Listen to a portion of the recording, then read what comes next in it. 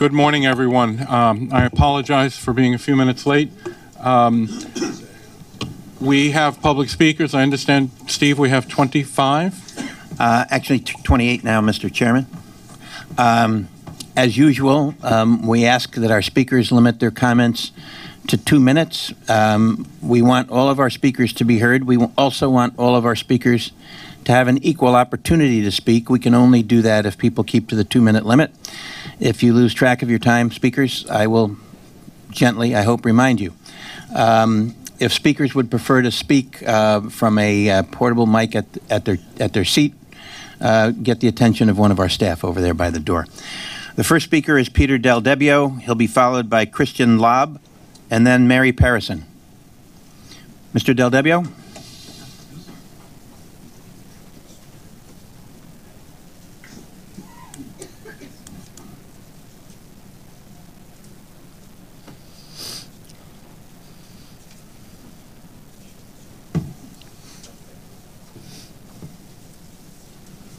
Good morning, sir.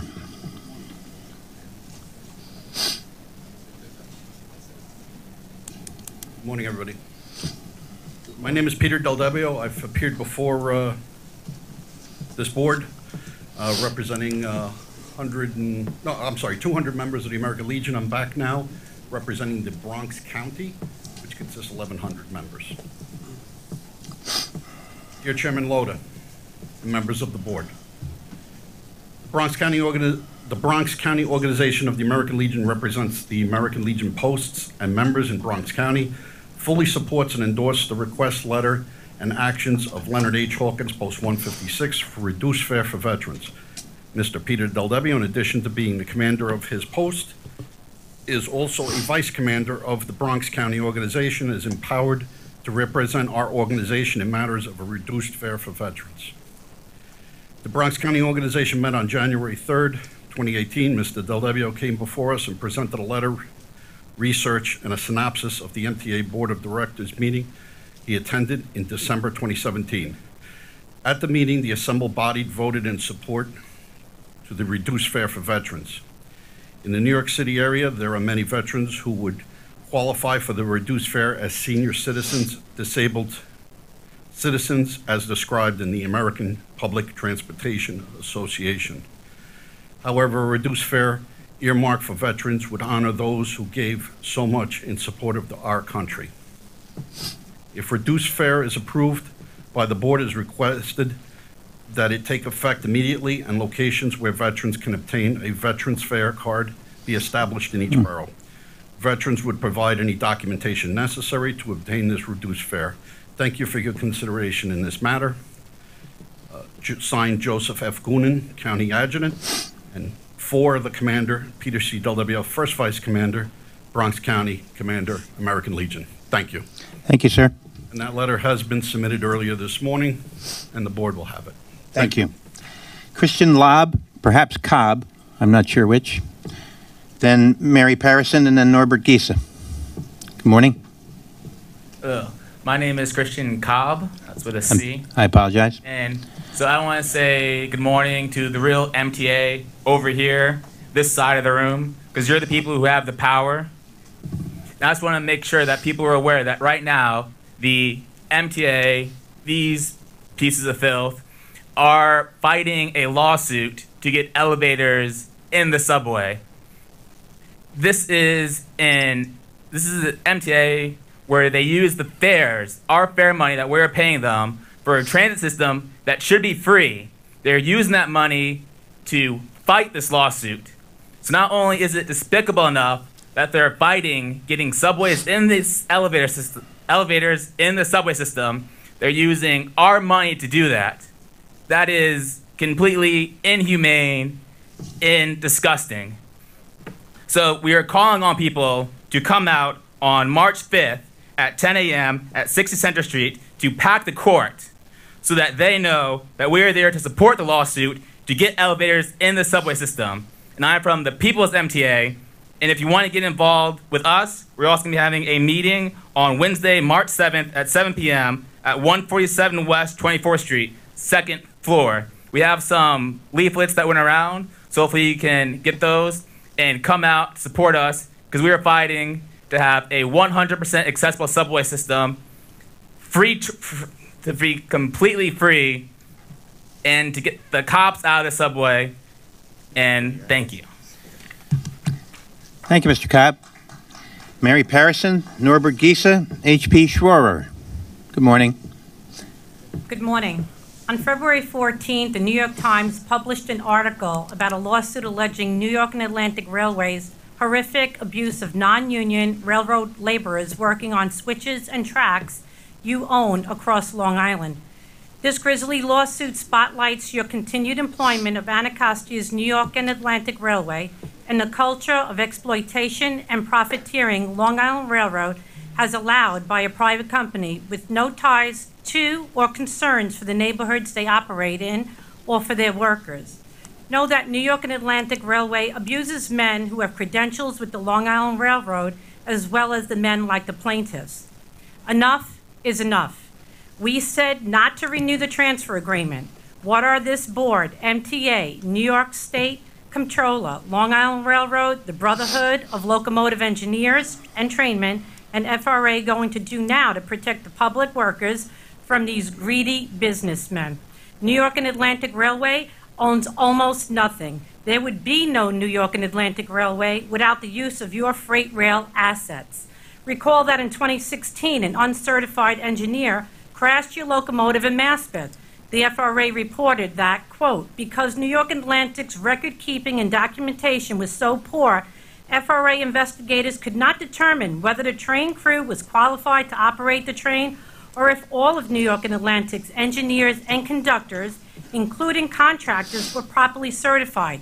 Yet 30 months after the Maspeth crash, the lawsuit alleges that New York and Atlantic Railway's private owners sidestepped record-keeping, training, certification, reporting, and this time they didn't pay prevailing wages or report accidents and injuries either. You should wrap up, Ms. Pearson. 2018, New York and Atlantic workers prized with Long Island Railroad credentials are scared to work with contract engineers and file grievances that New York and Atlantic basically ignored. Lastly, I'd like to say that just as recent as this first big snowstorm, 2 day laborers went out with a crew on the engines on the main line to clean snow out Please of wrap the up, line Ms. along Parison. lock switches. And I'm here to say that something finally needs to be done. Thank you. Thank you very much. Norbert Giese, then Mr. Schroer, and then a first initial C, Jones. Good morning. Good morning. I'd like the board to look at page 4 of your handout from Cures and see the letter that Senator Phil Boyle of Suffolk County that states his concerns about the use of Tier 4 locomotive procurement. The burden of proof falls heavily on the MTA to justify the need for line haul locomotives that have never been used previously by the Long Island Railroad or the New York Atlantic Railroad. In these applications, line hauls cost more to acquire and to maintain. Line hauls would harm communities with toxic diesel emissions that are up to 30% higher and more noisy than necessary for generations to come. The pre-qualification RFP and locomotive equipment specifications, as written, will not provide the information required for MTA LIRR to meet that burden of proof. I am here today to most respectfully ask this board to address the concerns that have been raised by Senator Boyle and others. I ask you to direct the MTA LIRR to immediately amend the pre-qualification RFP and locomotive equipment specifications to 1. Require attractive effort studies at the start and more accurately determine how much horsepower the MTA and the New York Atlantic Railroad need operationally, and ask potential contractors who have California Air Resource Board verification to submit it. Amend the RFP to determine the absolute minimum number of line haul locomotives, if any are required for special or infrequent operational needs, with the remaining quantities of locomotives to be EPA Tier 4 switch certified at or below 2,300 horsepower for normal operations, and ensure open, fair competition for all manufacturers of locomotive prime movers and potential contractors. You should wrap up, sir. Eliminate loopholes in the locomotive equipment specifications that fail to address the community's need and the MTA's promise for the cleanest locomotives. Consider the fact that Line 4 Tier 4 line haul locomotives don't operate as switchers. Thank you very much. Thank you. C. Jones, then Omar Vera, and then Mario Biceri. Oh, Mr. Schroer. I'm sorry. Mr. Schroer, then C. Jones, then Omar Vera. Pardon me. HP, I'm sorry. Your turn. My turn. Yes, sir. I apologize. Good morning. I'm H.P. Schroer, veteran of World War II, and I live in Manhattan. For 5 months, my fellow veterans and I have stood before this committee and asked you to consider giving all veterans and their spouses the same discount as seniors. As you know, I've been working with veterans attending the CUNY colleges. Since our last meeting, we have added the following institutions who support the Veterans Initiative: NYU, Fordham, John Jay, BCM, BMM, LaGuardia, and Columbia. Chairman Deitch of Veteran Issues at New York City Council and Councilman Bill Perkins will be issuing a letter of support. Tomorrow we have a meeting with Corey Johnson's office, and hopefully will receive his backing as well. I spoke directly to the mayor during an Ask the Mayor segment of the Brian Lair Show. He was not aware of our proposal, thought it had merit, and said he would put it on his plate and speak to members of this council. While this body has been respectful of veteran service, aside from being told last November this issue would be addressed, no action has been taken. Last night I was told the fare rates are determined every 2 years, and a veteran's discount could not be considered until December of this year, You should wrap up, Mr. Schroer. and if enacted, would be not offered until 2019. Respectfully, I ask you senior discounts do not have to wait for every other year to become effective. Will you put the veterans discount on your plate as the mayor has? Thank you. Thanks, Mr. Schroer. C. Jones, then Omar Vera, then Mario Biceri.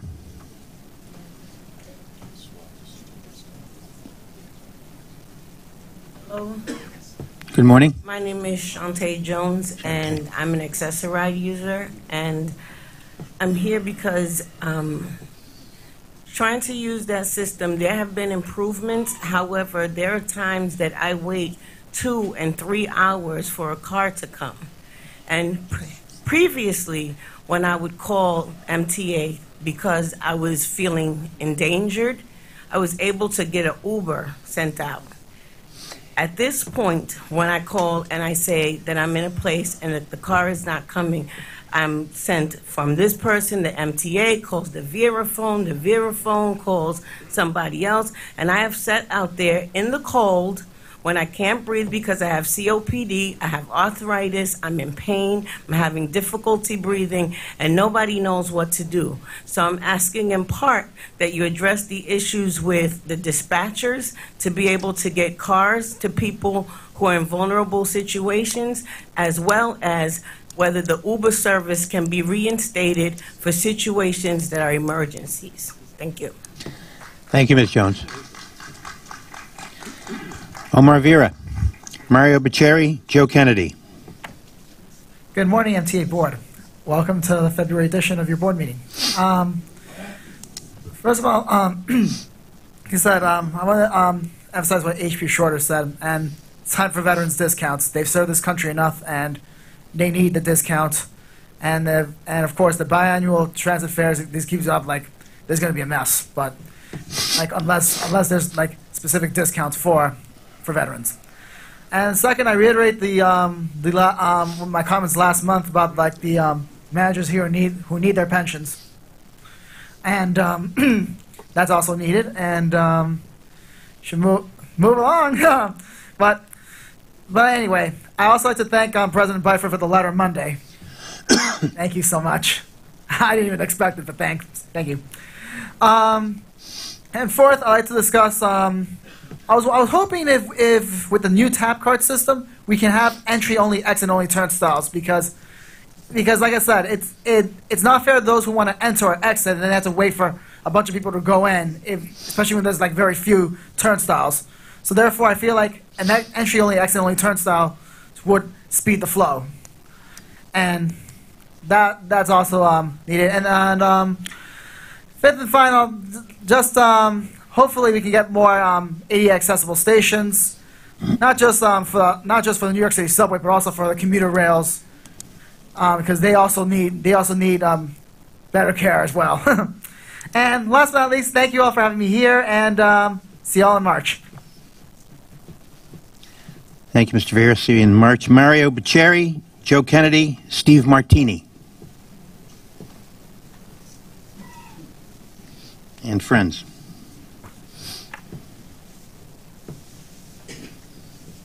Mr. Bucieri, good morning. Good morning, Board. My name is Mario Bucieri. I'm the president of the United Transit Leadership Organization. At the last meeting, our members demonstrated the unequal treatment of first and mid-level managers at MTA Bus Company and their long struggle to remedy pension disparities as compared to comparable managers at New York City Transit Authority and MAPSTOA and their subordinate employees. We are back here again for 3 reasons. First, we are available for any questions that you would have. Second, we have 2 speakers to address the true impact of pension equity for the affected employees on the MTA and its pension system. Third, we would like to request a meeting with the board and the pension committee.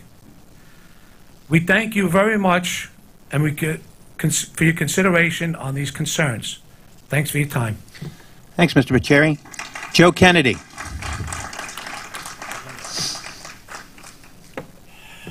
Good morning.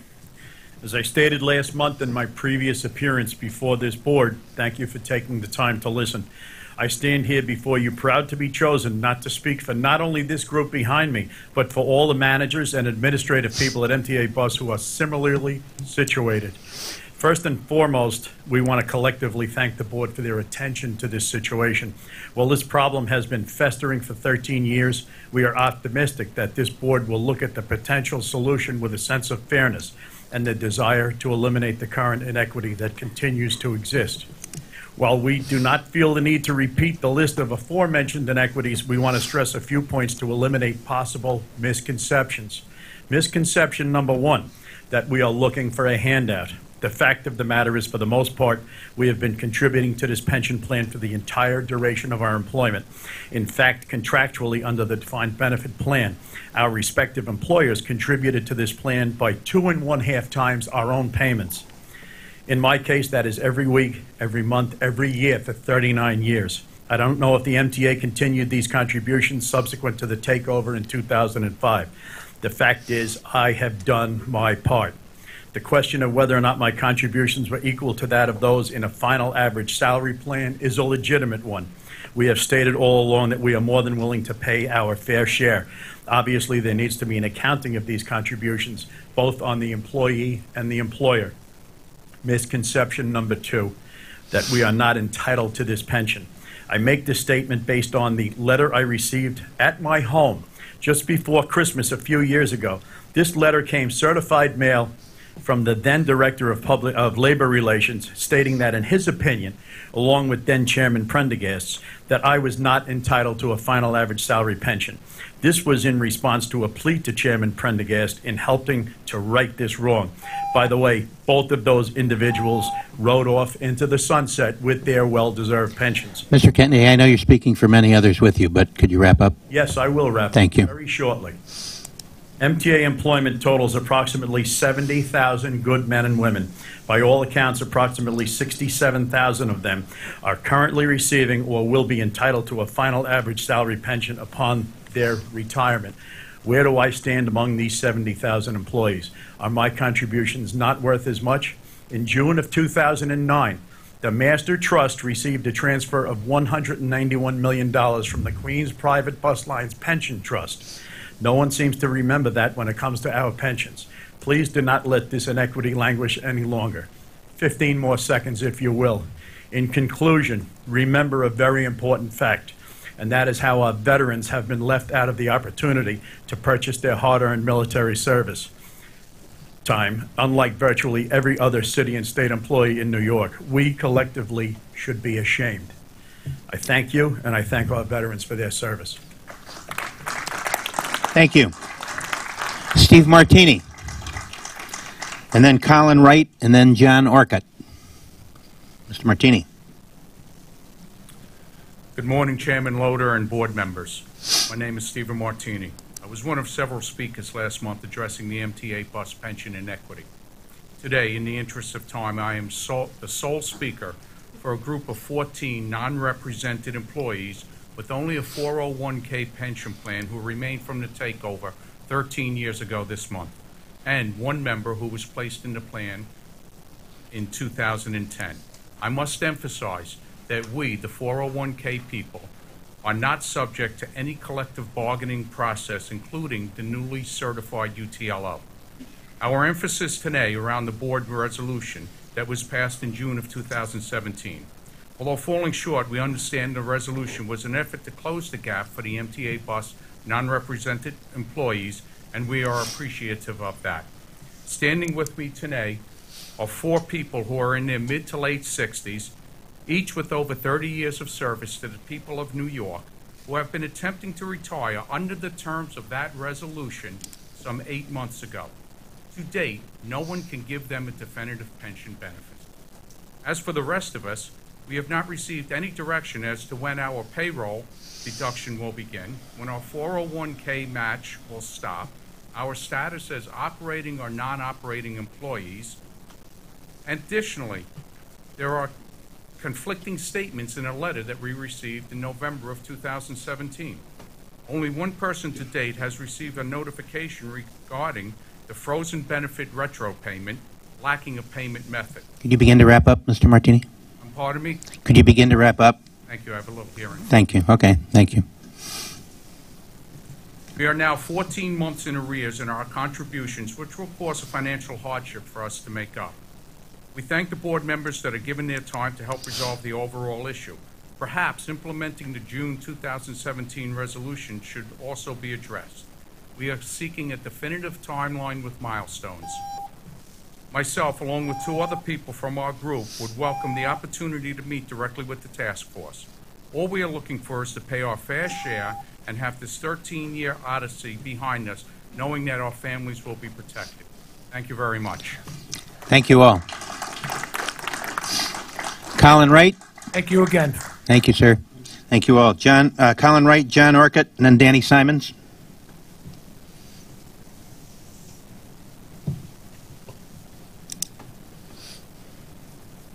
Good morning. My name is Colin Wright with Transit Center's Access Denied campaign.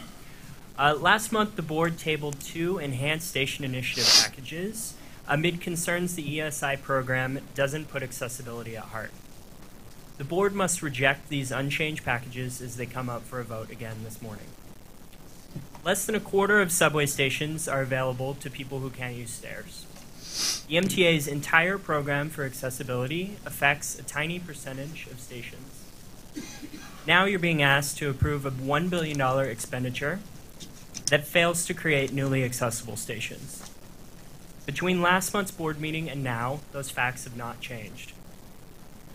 Some of you may feel you're getting one over on the mayor's board representatives if you're able to approve these packages.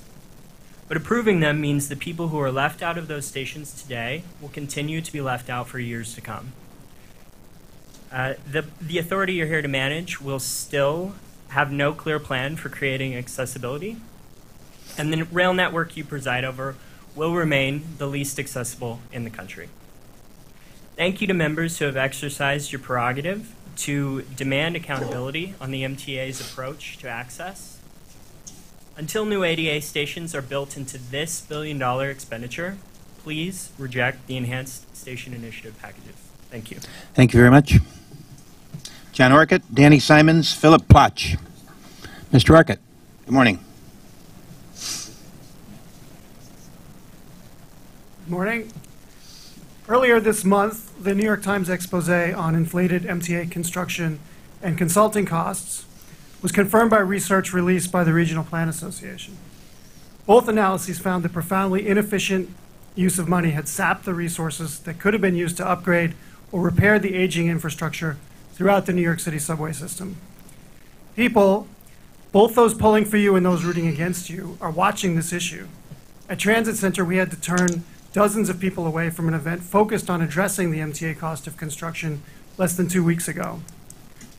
Transportation and transit institutions traditionally think and act in time frames of years, decades, even generations. But in the race to win back some measure of public trust, you don't have that kind of time. You need to think on more of a political or news cycle kind of schedule. Finding ways to show that you're beginning to get a grip on this problem, whether it's new procedures, like some of those that RPA identifies, or a set of carefully managed current projects that you can bring in and announce as being on time and on budget, is absolutely critical. There's no shortage of political and civic actors rooting against Governor Cuomo's plan to fund transit repair via congestion pricing. One of their top talking points is that the MTA can't be trusted to spend the money well. The governor's allies in this fight understand the vulnerability. As the Daily News editorial board recently wrote in a piece supporting congestion pricing, the public needs to see that its money will be well spent, especially if it's being asked to pony up more. Thank you. Thank you very much. Danny Simons, Philip Plotch, and then Miriam Fisher. Good morning. Morning. Good morning. My name is Danny Simons. I represent Regional Plan Association. As John mentioned, we recently released a new report entitled Building Rail Transit Projects for Less. Our research found that the cost of building new subways and commuter rail here is more than twice as high as in cities like London, Paris, and Los Angeles. We sincerely thank the MTA for providing us with valuable insight that helped inform our project, and for having us in to brief them and being open to exploring ways to fix what is a very broken system. The system today hurts everyone, the public, which doesn't get the new projects that it needs to connect them to opportunity, businesses and labor, which aren't getting the jobs, and the MTA staff themselves, who are very frustrated and want to fix these problems. The good news is that we also found that by adopting practices that are already common in our peer cities from Los Angeles to London, that we could be saving 25 to 35% on capital projects and likely saving money on very smaller ones as well. A few of the recommendations that RPA is calling on the MTA, state, city, political leaders, and labor as well to adopt include creating realistic budgets and project timelines, engaging the public early and often. Right now, the public is really engaged in a very narrow way on process, and this leads to unnecessary delays later on. The MTA's outreach in advance of the L train shutdown might be a model to incorporate in future projects, but only if it listens to what elected officials and communities have to say. And in the case of the L train shutdown, I just want to underscore that RPA has been very supportive of the community demands to add elevators to 3rd and 6th Avenue stations, for example. We think that it's important to put one team of professionals in charge of each new project from start to end, and that a temporary special purpose entity should own the full responsibility to deliver projects on time and on budget.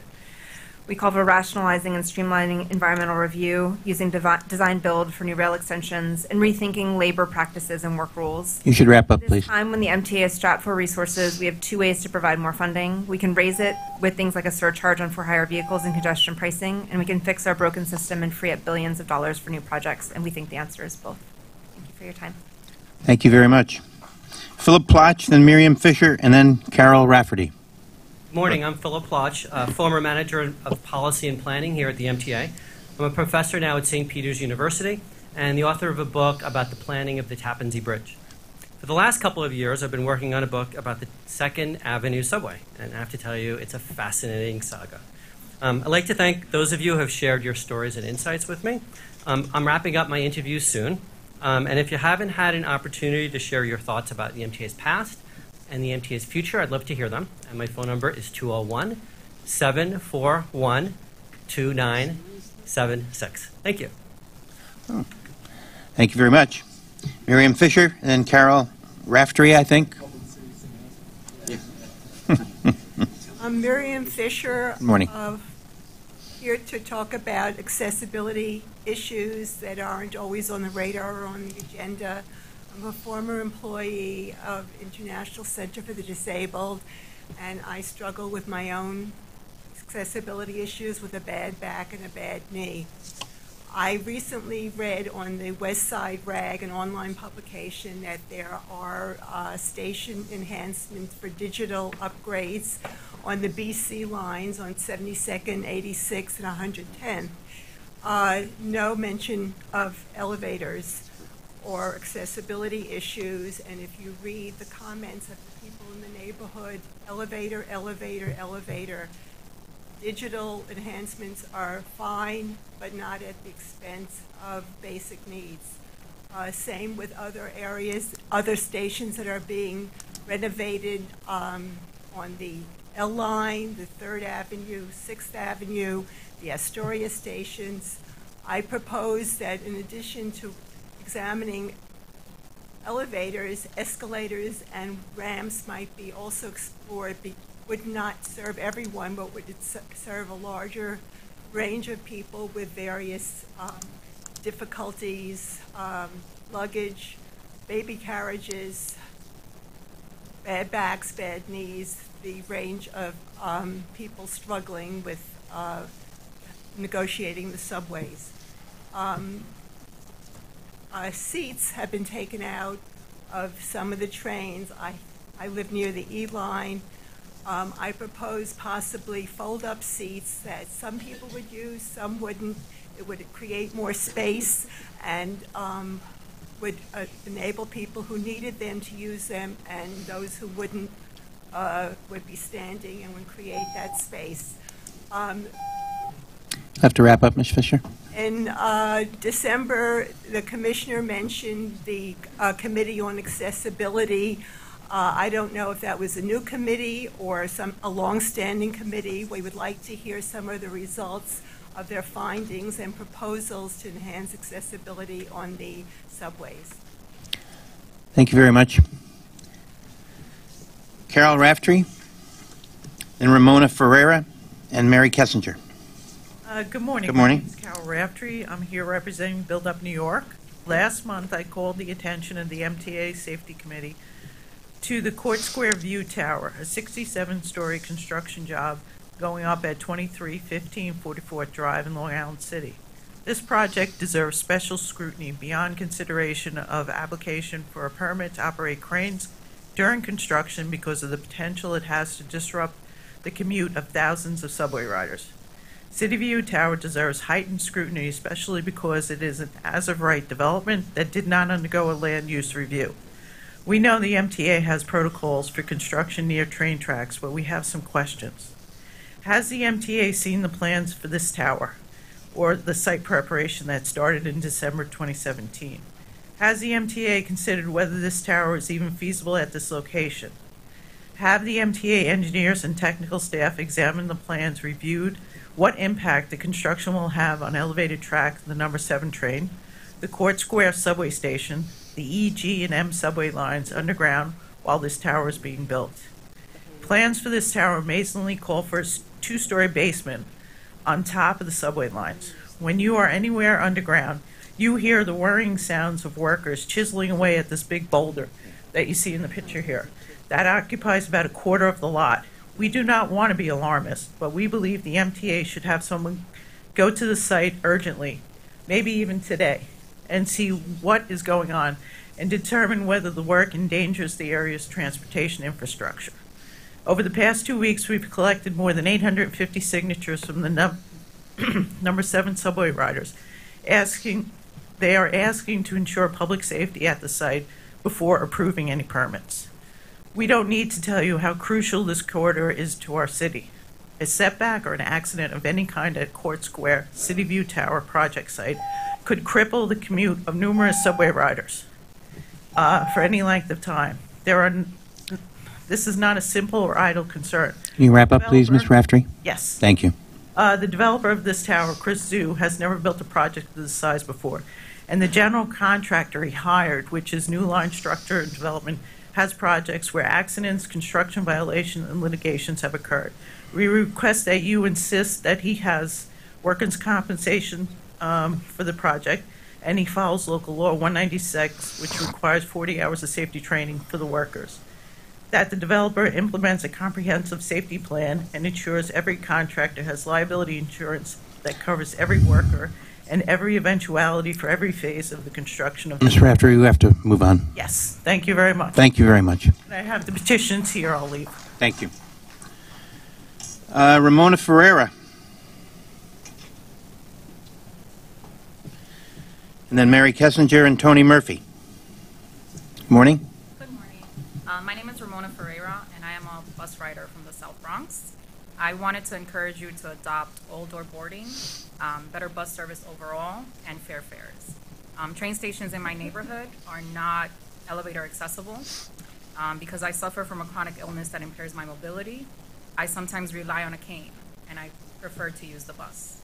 My illness, ankylosing spondylitis, is invincible, but during a flare-up, I experience pain and inflammation everywhere from my eye, my left eye, my salivary gland, my back, my spine, my knees. So I know I don't look like I have it, but it's all there. The bus really helps me reach all of my doctor's appointments and run my errands. My quality of life depends on the bus service in my neighborhood. My bus routes are the BX19, the BX1 and 2, and they are regularly crowded, very difficult to board, and the boarding process really does cause me a lot of hardship. Because the buses are regularly late, dozens of riders always have to compete to get on board. Many times I don't bother to fight them because I just don't have the energy to do so. And this means that I end up waiting for another bus to come along. Luckily, bunching does occur.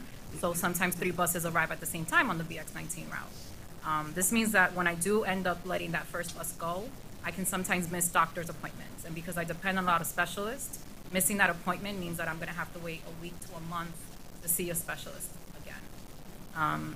I really do hope that you'll consider all-door boarding and other ways to support those of us with invisible chronic illnesses. And I encourage you to listen to everyone else before me that spoke about the challenges that those with disabilities face all the time. Thank you. Thank you very much. Mary Kessinger, and Tony Murphy, and Kevin Zhang.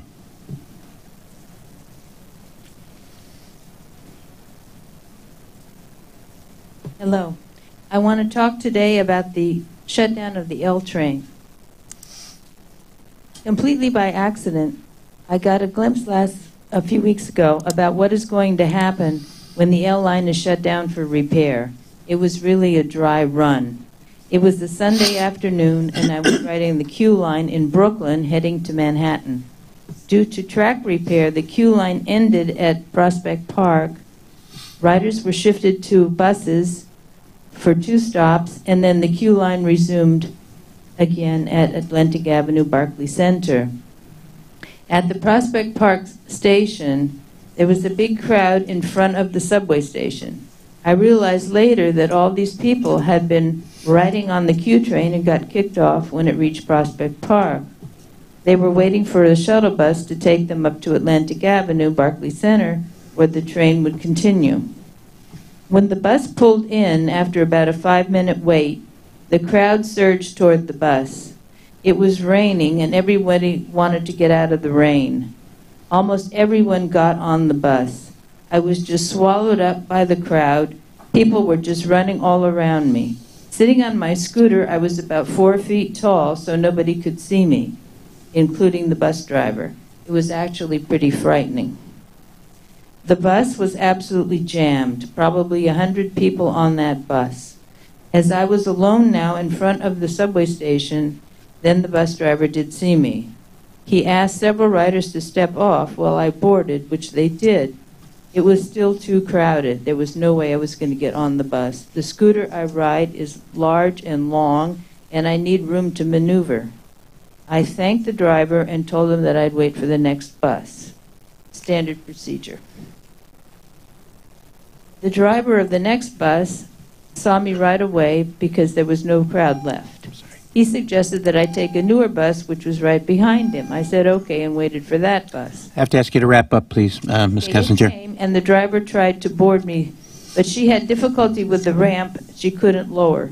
2 MTA personnel got on and tried to help her lower it, but the ramp, it was broken. I finally got on the next bus. I'm telling you all this because I could see that in the short experience, problems that could arise when the L line is completely shut down. I really recommend you have several workers at the stop to control the crowds. I suggest you have a designated spot where wheelchair passengers can board the bus. This would prevent accidents to the rider in the wheelchair. The driver could board the wheelchair first without the crowd gathering and getting in the way. Riders are accustomed to waiting to board the bus while the driver gets the wheelchair passenger settled. For the most part, they comply. I also recommend that you'd have drivers check their equipment before they leave on their run. I imagine that the mechanics go through the yard and check the equipment while it's parked. Ms. Kessinger, Check can you wrap up, please? would actually, before the driver actually drives off the lot, would make a lot of sense and ensure that the traffic flows smoothly. Thank you. Thanks very much. Tony Murphy, Kevin Zhang, Austin Lomax. I'm also with the People's MTA. We're noticing that the fares that support this system keep going up for service that's just ridiculous. Everybody I know has a story about being stranded on the train these days. Everybody, or on the bus. The story that was just told. This fare, which keeps going up, plays a big part in the MTA budget, probably bigger than any other transit system in the U.S. And the MTA, the People's MTA, the people who ride the system should be the ones who call the shots, not this unelected board, which is not representative of the people of New York City. And we say today, don't use your money to fight the just demand for elevators. You should be spending money to make elevators and to make the system accessible. In fact, I'd like a voice vote from this body. Do you want the money you spend on this system to go towards fighting the just demand for elevators? Of course not. Of course not. We think the MTA should do the right thing and don't spend your money on fighting this in court. Spend your money on making the system 100% accessible. We have to ask whether the great media attention that the new president is getting is warranted, because we asked him a question at the L train shutdown hearing last week. Why not use the 15-month shutdown to make the L train accessible? And the answer we got was, we have to look at whether it's practical and whether we can afford it. I'd like to wrap up by saying, right. Could you wrap up, Mr. Murphy? I'd like to wrap up by saying that we are meeting next Wednesday, March 7th. Please join us. Please join the campaign to make this to make the subway system serve banks. The real problem is the debt service. Mr. Murphy, please wrap up. $7 million at stake in debt service. The MTA, the public transportation, is being looted by Wall Street. That's the real problem. Okay. And any new transit head that doesn't address that is just like the renovations in Queens and the Upper West Side.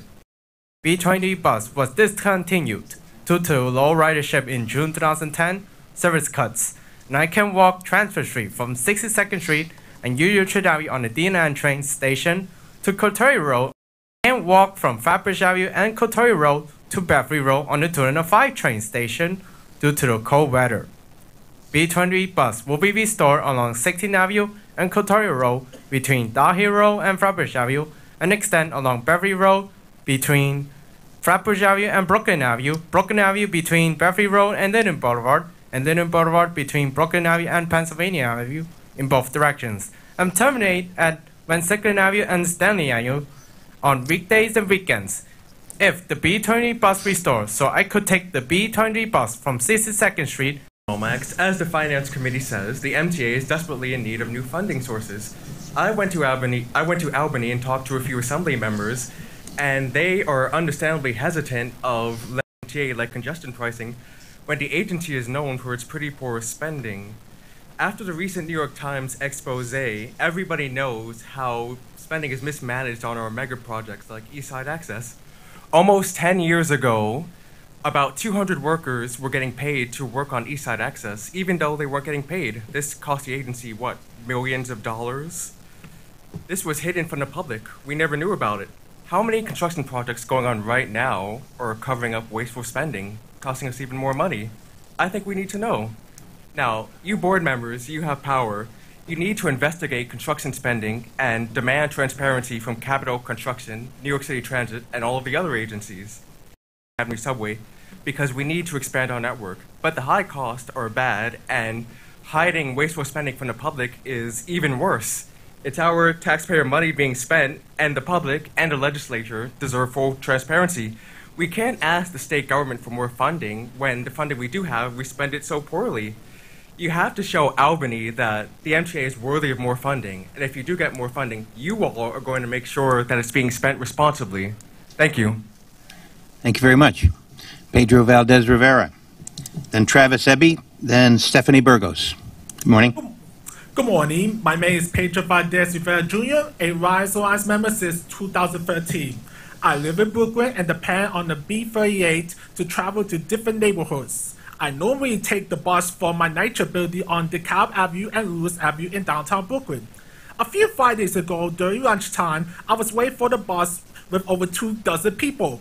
At the wait over 20 minutes for a bus, 3 buses appeared back to back. 2 buses skipped ahead. The bus pulled in and all the riders began to squeeze their way in. But unfortunately, not everyone could get on through the front door. A few people who did not ran to the back and squeezed in. Although they did not mean to skip the fare, they couldn't afford to wait for another bus. Once the riders were inside, they walked to the front and paid.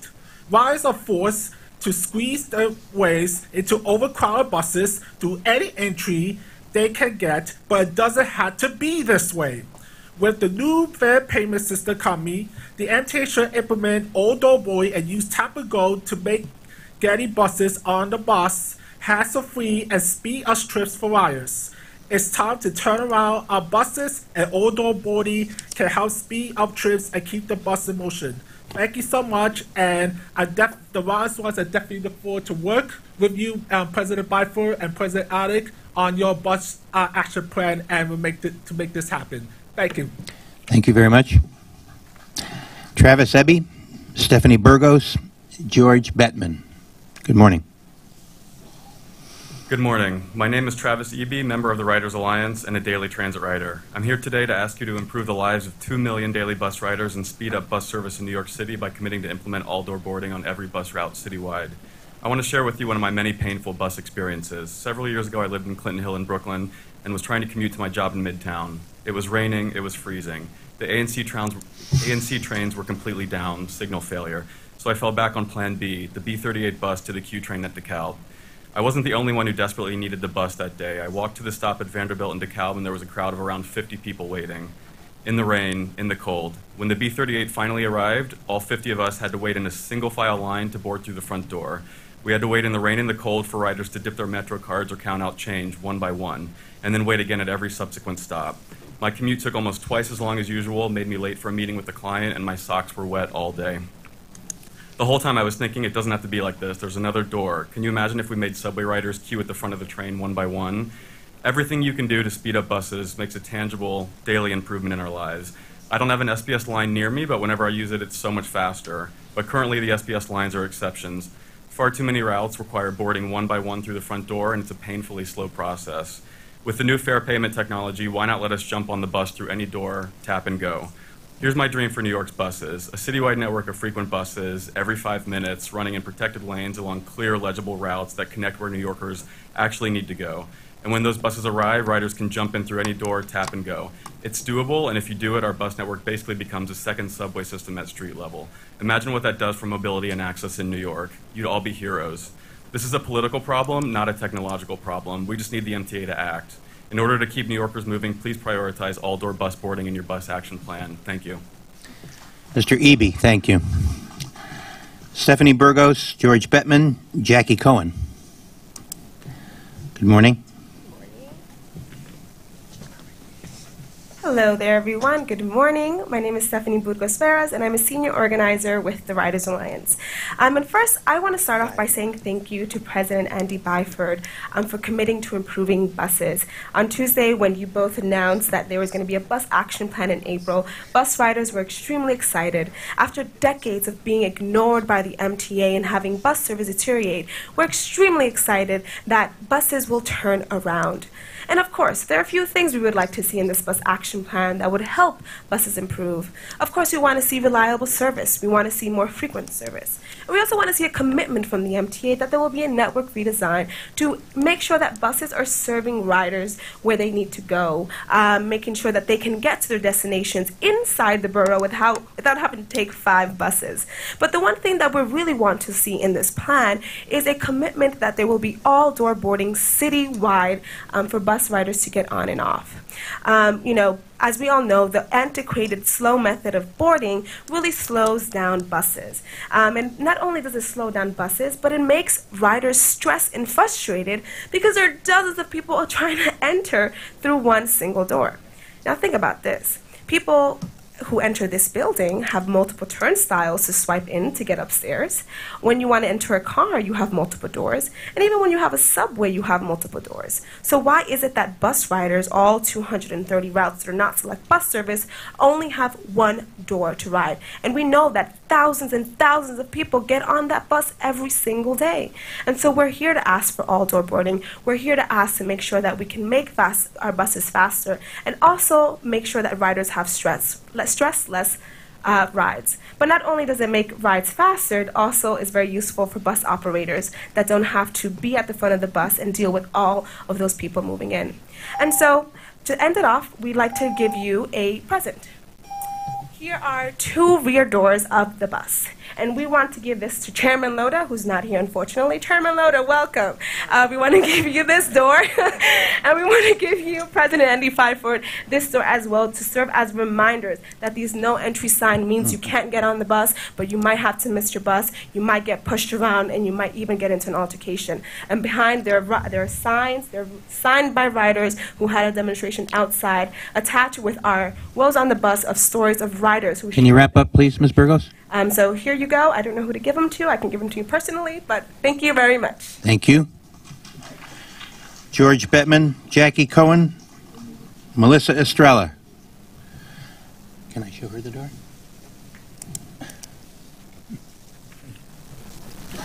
Good morning. Good morning. My name is George Bettman. I'm a member of Riders Alliance, Canarsie resident, and daily bus rider. I work in Union Square and depend on the L train and the B42 bus to get me to and from work. The B42 is really an extension of the L train because it serves all of Canarsie from Rockaway Parkway down to the pier. And instead of building stations, they decided to put a bus there. No problem. However, I work off-peak hours. I come into the station, the Rockaway Parkway station at 11:52 p.m. There are 2 buses on the route at that time, but both of them go off duty, and they're replaced by 1 bus at midnight that does the midnight, overnight run every 20 minutes. Whether that bus shows up or not is anybody's guess. I've waited as long as 40 minutes for that bus, and I'm only 10 minutes away from the station.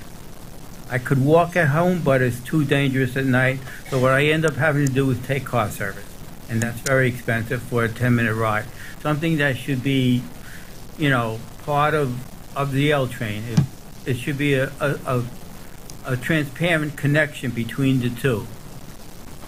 Like I said, the bus is always late.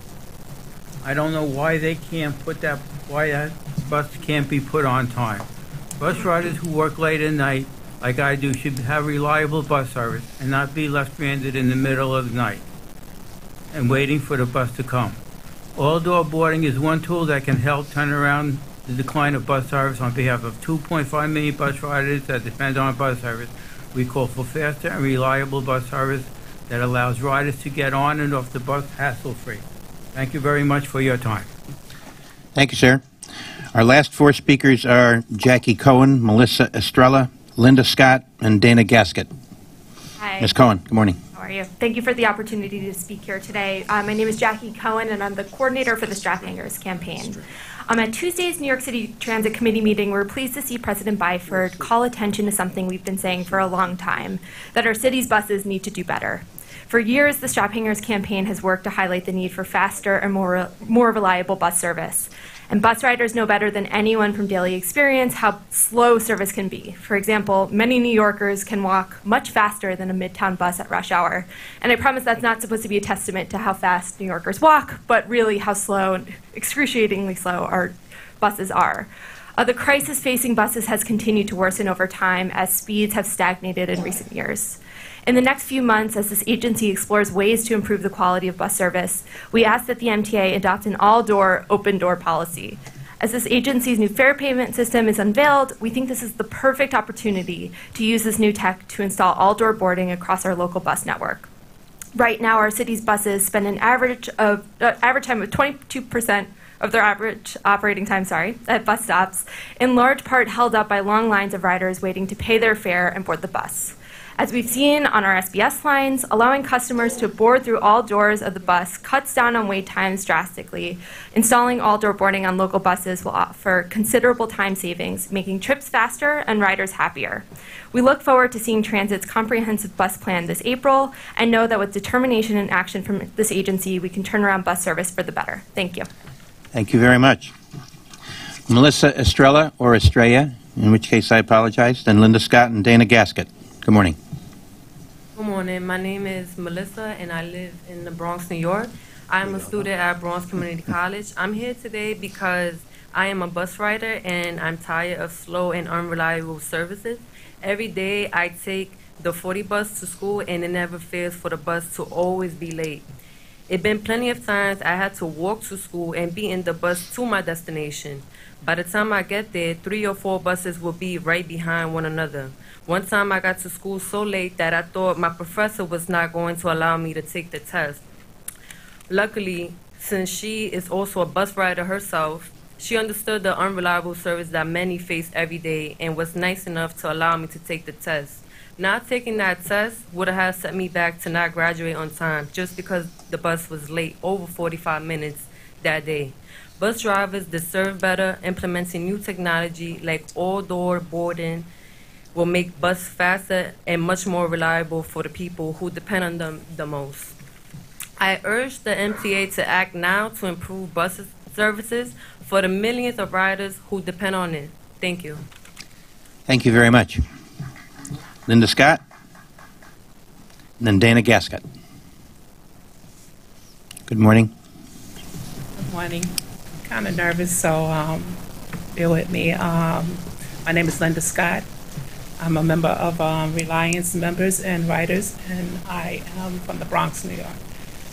I live in the South Bronx, and when it comes to commuting within the city, I depend on the bus services. But unfortunately, the buses are unreliable, they are slow, they're overcrowded, and often cause me to be late for my appointments. Every day is a new adventure. When it comes to buses, no one has know when the bus is will be coming or how long one is en route to us. I often take the BX6.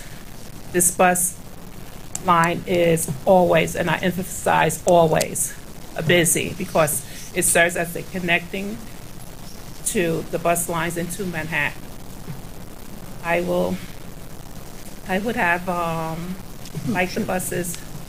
let the buses pass me by before I get on another bus empty enough for me to get on. At times I'm waiting for another bus. I'm often late for my appointments, but I let them go by because I don't want to fight with other riders.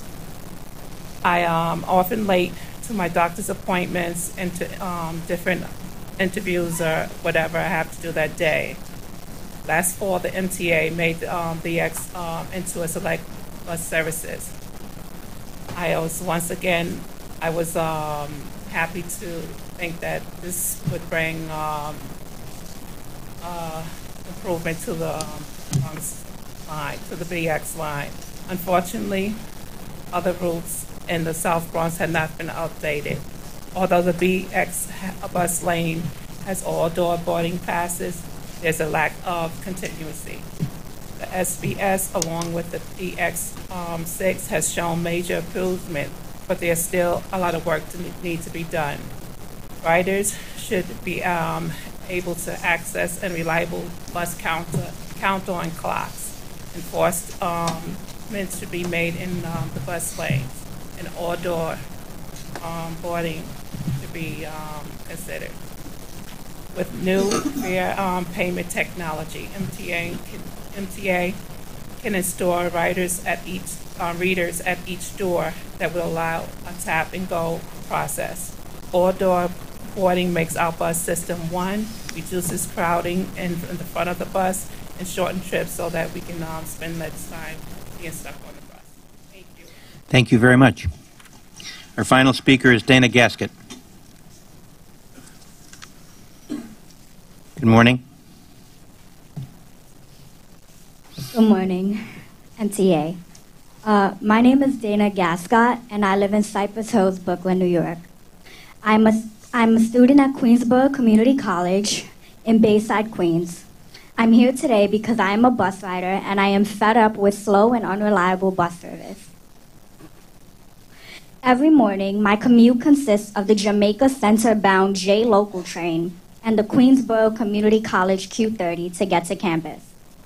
Some mornings, the J line would be, quote-unquote, held momentarily, causing me to be late to classes sometimes, then becoming even more late when the Q30 shows up late or gets stuck in traffic. MTA has caused me to miss my final exam, lateness to classes, and nearly a trip to the hospital after experiencing frozen feet and collapsing in the harsh weather due to the buses running late and terrible service. My commute home is probably the commute that I dread the most. Waiting for the Q30 to Jamaica LIRR station, there are so many students that pack up the bus stops and the buses sometimes even take 1 hour until the next one arrives. They take breaks in the winter time, the wet weather, when we can be in a bus with heat, and continue to allow passengers on when the buses are so packed.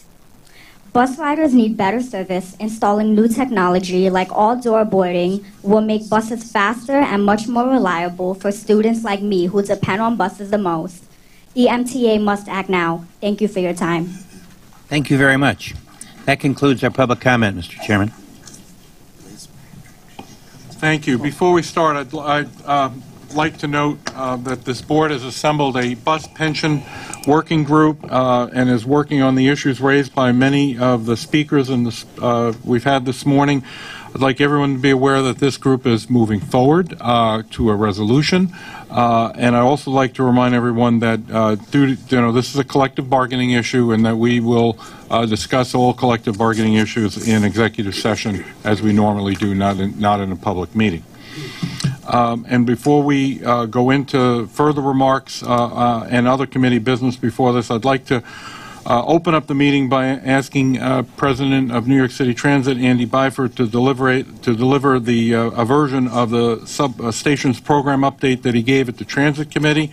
It's an important update, and I want to make sure that everybody on the full board has an opportunity to hear it. Andy?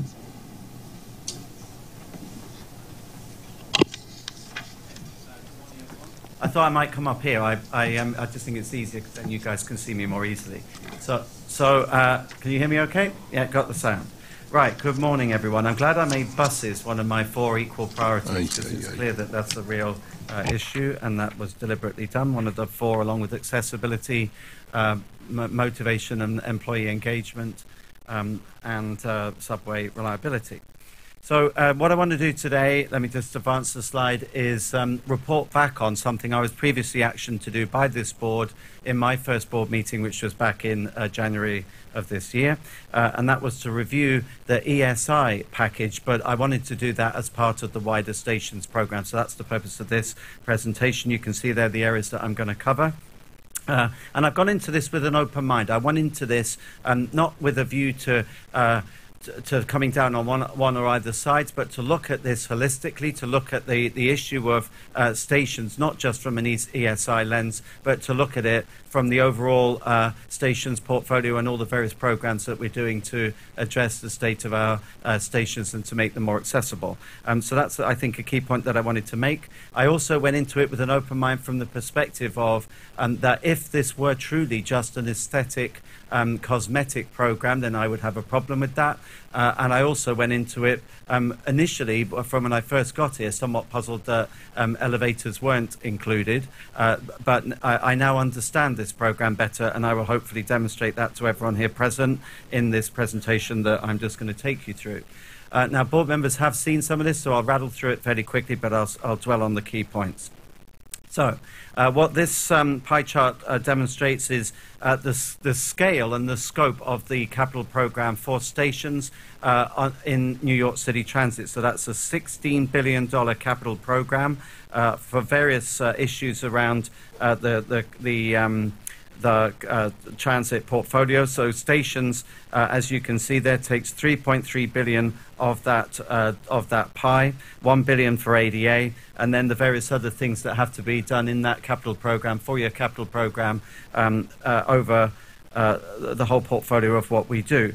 The stations component is huge. There's 472 stations, most of them built between 1904 and 1940. So the average age of our stations is 95 years. These are old facilities, and they are extensive, 16 million square feet of floor space. So it is a big network. It is, in fact, the biggest network in the world in terms of stations, 493 stations. That's more than anywhere else. And so a huge amount of work is both necessary, and the good news is a huge amount of work is also ongoing. We have work ongoing out of that 493.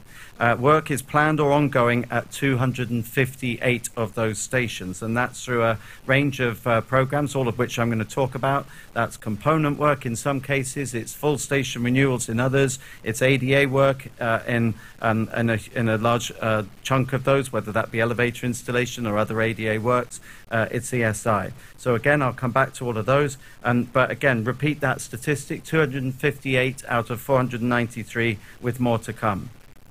So what does it constitute then? Well, first up, I'll talk about the capital program. Capital program for stations, $4 billion in the 2015 to 2019 capital program. And if you can't see the screen, that's made up of $950 million for station accessibility, $820 million for state of good repair, $425 million for elevator and escalator replacement, which I would argue is an enhancement of, or it's complementary to accessibility, because even the existing fleet, clearly you've got to keep them in a state of good repair and got to replace them over time.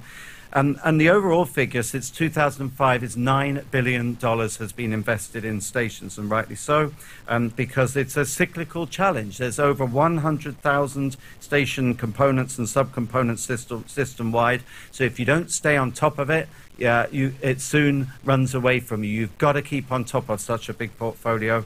One key point to mention is state of good repair. As we undertake state of good repair, we, as a matter of course, address ADA issues, which, and rightly so, because that is a legal obligation.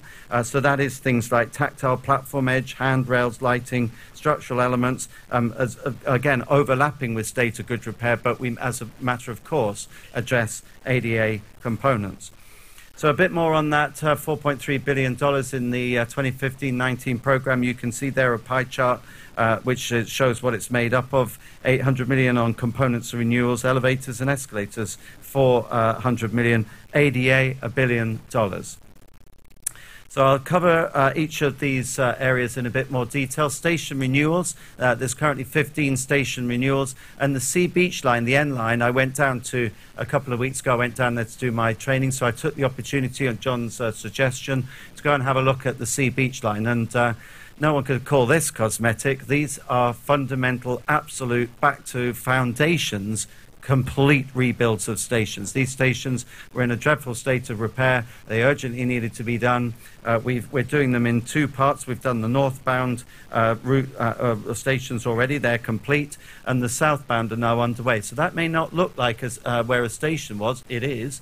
That looks as though it's just trackside. But actually what we've done there is completely demolished the station, and we're rebuilding it from the ground upwards with fundamental improvements so that it lasts another 100 years. And this program on the N line includes accessibility at 3 stations plus a connecting station on the West End D line. So this is a big package of works. A bit more info for you on that. You can see on the left there where we've peeled off the tiles and the paint. You can see the underlying state of good repair is pretty poor. These stations were in urgent need of a complete rebuild, so that's what we've done. We've repaired the deteriorated platform walls. We've rebuilt the ceiling, the floor, the columns. We've put in new lighting, and consistent with what I mentioned earlier, we've addressed ADA items. You can see there the new tactile stripe along the front of the platform there.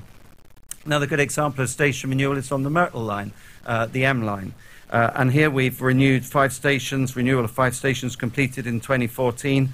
That structure you can see there is the control house, which was in a very poor state of repair. It's still safe, but it needed to be renovated. So that's what we've done. New windscreens, lighting, structural and painting work, major structural work, things that had to be addressed, that couldn't be left any longer, and very timely and deliberately addressed, because the M line will be one of those lines that needs to carry the masses when the Canarsie line shuts down. We need that M line to be in good condition, and these stations were done deliberately because of that. There you can see a before and after of the mezzanine, where we've again, firstly decluttered the area, but also renewed the underlying fabric. I talked about another element within the program, which is component work. There you can see City Hall on the Broadway line, serving the R&W. The top pictures there show when you again take off or peel back the fabric, you can see the underlying brickwork there is in a very, very poor condition. If that was left unaddressed, that wall would fail. So you can see there's been huge water ingress into the track wall tiles and into the brickwork. So the bottom picture shows you the after. That's new vitreous enamel panel, which protects the wall, and the underlying the components of the wall have been completely replaced. And again, while we're at it, we've done tactile strips and other ADA work to finish the job off. Another example of component work, this is where we've completely rebuilt the stairs and the canopy and put in new handrails and other facilities to provide a new entrance to 104 Street Station on the J and Z lines. Back to ADA, again, just reinforce where we are undertaking station state of good repair. We include ADA features, and that's legally required if we're performing certain types of capital work. So that means automatic entrance doors, stair handrails, treads and riders are treated,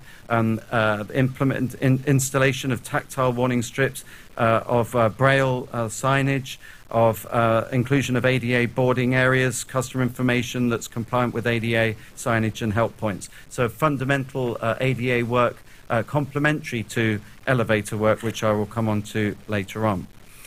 So moving to ESI then, again, I'm going to reiterate, if I had concluded in my findings that this was merely addressing aesthetics, I wouldn't be supporting this, but it's not.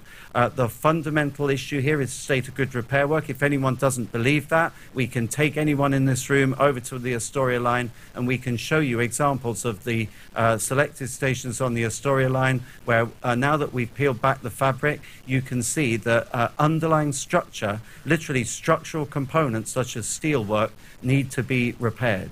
That in no way is an aesthetic improvement. It's stuff that's got to be done. And so people have asked, and a fair question, how did you select these stations? Well, we were mindful of what's called the Station Structural Component Survey, which is a survey that is undertaken periodically, which rates on a scoring mechanism the underlying state of every asset component within that particular station. And where the system-wide average of state of good repair for NYCT stations is 28%, in other words, 28% of components at those any particular station on average is in good repair. For the ESI stations, 40% were found not to be in good repair. So, the actual average was way worse, if you like. It depends which way round you look at it, but it was there was a higher need to address structural deficiencies at those locations. So structural conditions are being addressed as part of these ESI components. We've also been addressing things like lighting, platform edge improvements, increasing capacity in the fare control areas, installing cameras, which is good for security, and, as I've said, particularly focusing on structural repairs, which isn't to say, for transparency, that what you might call cosmetic items aren't included. They are, but our philosophy was, because the intention was to get in, get done, and get out. Why go back in if you're in there anyway to address component deficiencies and to address state of good repair? Why then go back in later to finish the job off and with the aesthetics while the station's closed? You may as well tackle them. So again, a question that was asked of me, and I would have asked it had it not been posed, is why aren't elevators included in these packages? Well, primarily two reasons. One, because they are being addressed via the separate but complementary ADA program, which I will come on to. And secondly, because the stations that were chosen were typically adjacent to accessible stations, and there's a science behind how we're going about addressing the ADA upgrades. You can't do them all at once. You literally can't have every station under construction. So what we're aiming to do is fill in gaps. Three of the stations on the programs were already accessible: 34th Street, 8th Avenue and 34th Street, 7th Avenue and Hunters Point Avenue. So accessibility, again, a point I want to stress, is being addressed by ADA program, which I will come on to. So a bit more about ESI. This is an example where we've rehabilitated the station entrance. It's been completely rebuilt. You can see there the new the stairs, the risers and the treads have been renewed. The supporting framework has been renewed. Next one is Prospect Avenue, 4th Avenue line on the R. Yes, it's true that the control area has been improved in that we've put in the new electronic displays. But if you look more closely, you can see that cameras have been installed. On the right-hand picture, there's a couple of OmniScan cameras that have been fitted there. We've upgraded the floor, which was in a very poor state and was causing a trip hazard, and things like lighting have also been addressed. Another program, again, complementary, is what's called the City-Sponsored Station Project, and that has a budget of $300 million, and these are stations of the city's choosing. And these are, so again, designated by the city. They're designed to enhance station access and to alleviate crowding, support the city's economic development and housing strategy. And we've worked with the city to identify which stations should be included within this particular program. Within that budget of $300 million, we've tentatively selected 5 stations. I can tell you which they are. They're Broadway Junction on the A and C, 170th Street, Jerome on the 4 line, Livonia Avenue on the 7 line, Flushing Main Street on the 7 line, which is already accessible, and Queensborough Plaza on the NW and 7 lines, where I was just yesterday, actually. Those have been chosen on an initial basis. We're just finalising that package, working again with the city, and we believe that several more stations will be made accessible through this programme. So on that same theme then, onto accessibility, this map shows you the current and in progress, in flight, if you like, stations that are accessible. Green shows the current, pink shows the in progress. What that map says to me is there's a lot of work going on. 118 stations are currently accessible, which, if you just look at it as a percentage, isn't that great out of 493, but I can tell you it's way more in terms of an actual base figure. It's way more than any other system in North America. Currently we serve 48% of our ridership. I said before, I want accessibility to be a theme of my tenure, so we're not saying that we're satisfied with that. We do want to push on with the accessibility program. So I'll come back to that in a second. There's 118 stations currently accessible, 25 are in progress. That includes the remaining 13 key stations out of the 100 key station program. 12 additional stations are currently underway. So I said I'd come back to then, how do we progressively make the system more accessible? Well, I can say today that we are going to commit a consultant, a company by the name of Stantec. We're going to engage Stantec to do a survey of the remaining stations. I want every other station, non-accessible station, surveyed to establish the cost and the best solution to make each of them accessible. And one of the speakers actually said, well, you know, what about ramps? What about escalators? We're going to give them a pretty clear mandate, and that is look with a fresh pair of eyes at every remaining station. What would it cost to make the whole system accessible, number one? And also, don't just assume it has to be an elevator of the current specification. Let's look with a fresh pair of eyes, innovative pair of eyes, at how we can make better use of scarce tax dollars to come up with an accessible solution. So we want every other station done. That's 150 stations. They'll be evaluated by 150 stations, evaluated this year, and the balance next year. So what I'm saying is by the end of next year, for the first time, we will know what the cost is and the practicality of making all of them accessible. And that's certainly something that I'm committed to, and it's consistent with that commitment made 6 weeks ago when I arrived here. That's really what I wanted to say today. So here are my conclusions. Sorry, I've already covered that point. So what I would ask board members to consider is this is a comprehensive package. It's not just ESI. It's the city's selected stations. You've got to consider the ADA program, the renewals program I've talked about, the components program, and collectively that makes up a comprehensive stations capital program. So the next steps will be to work with the board work group on accessibility, to work with the community to identify ADA stations and refine the selection criteria. We want to continue to do this in a logical manner, progressively making our system fully accessible. We should continue to use the station condition survey to identify state of good repair needs. And we want to propose an investment strategy as part of the next 20-year capital needs assessment to truly push on, keep our stations in a good state of good repair, progressively make them more amenable to our customers and more pleasant for our customers to use, but critically also make this system ultimately fully accessible. So that's my report back. I hope that was useful as you consider what you want to do with the ESI package, which again, just to reiterate, is one part of a massive overall program. Thank you. Thank you. Are there any questions for Andy Byford? Carl?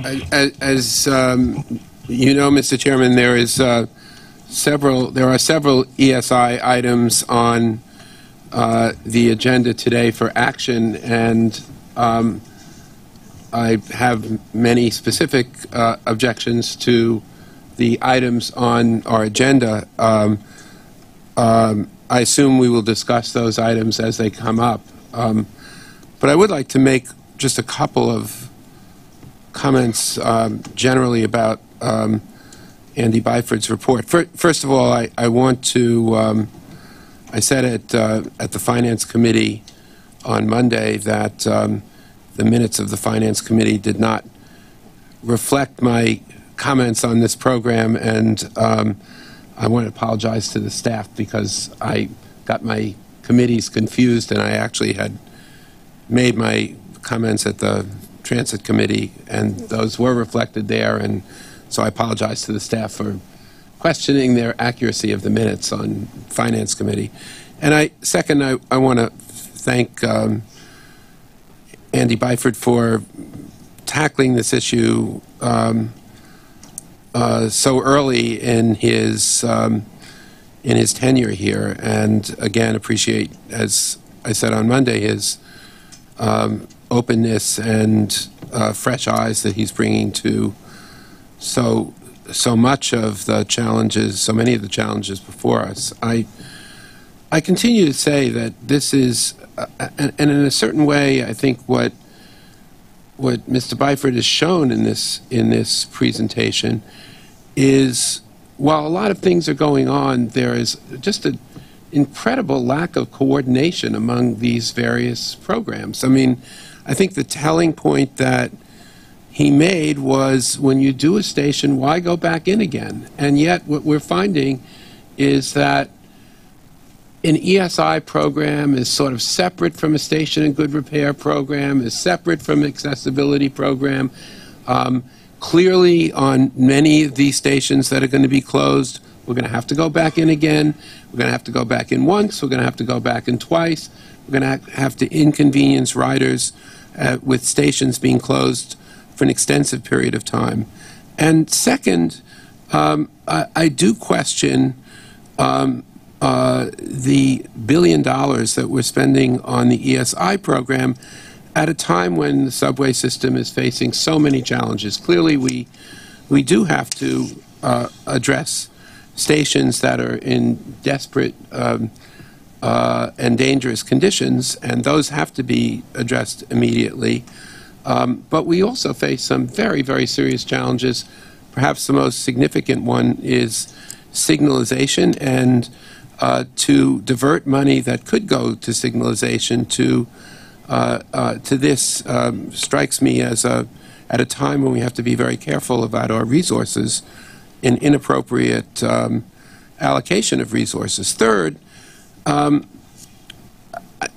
lack of addressing accessibility at these stations as a high priority issue, and the fact that our accessibility program is really trailing this program instead of this program trailing accessibility concerns me. I mean, I appreciate that we now have an accessibility task force that is looking at accessibility at stations, but this program is going in, making major investments in stations when we could be doing it all at the same time and all in a much more focused, and my guess is much more efficient financially as well as in terms of time way.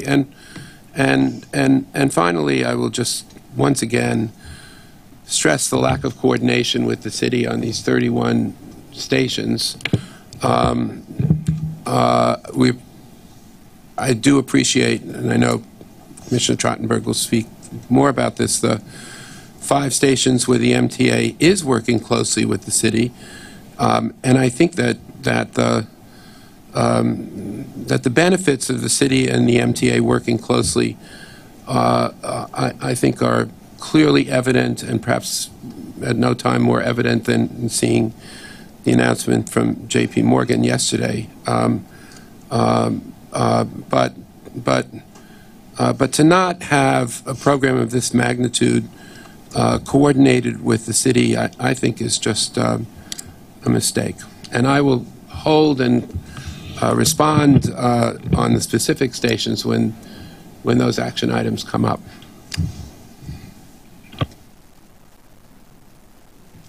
Thank you, Mr. Chairman. I too want to compliment President Byford. I enjoyed his presentation, and it is certainly, I think we are all loving the fresh eyes and the great expertise and perspective he's bringing to the job. And I before we talk about the ESI program, I want to jump back to the comments we heard earlier today about improving bus service and his commitment to do a bus action plan. And the city got to read about the subway action plan in the New York Times when it got announced. I have a bold idea for the bus action plan. Let's have the city and the MTA be partners, because clearly on bus service we are partners. The MTA runs the service, the buses, but we help manage the streets. So I really think that should be a joint effort, and I hope my fellow board members will see that would be a really, I think, a great way to go in improving bus service. Something we're all very committed to do, and I think it's been exciting that President Byford has made it a priority. And I appreciate he didn't have much time to sort of take on the assignment of understanding all the different work that's being done at all the stations. And, he sort of brings up something I want to once again, because I think it's become a little bit of a straw man. I have never said that I thought that all the work in these stations was aesthetic. I think much of it isn't. That has never been my concern about it. My concern about it has been I don't understand the methodology of how we chose these stations for this program, other stations for other programs, you know, I've heard, you know, these were ones we could do in 6 months, or these were ones that have 40% of the components as opposed to the average of 28. But I assume if there's an average of 28, that maybe there's some that have 80% of components that need work. Both in this meeting and in the committee meetings, I've heard of something called a station conditions report. But then we were told it was actually not a report, it was a database. Then President Byford just mentioned a station structural component survey.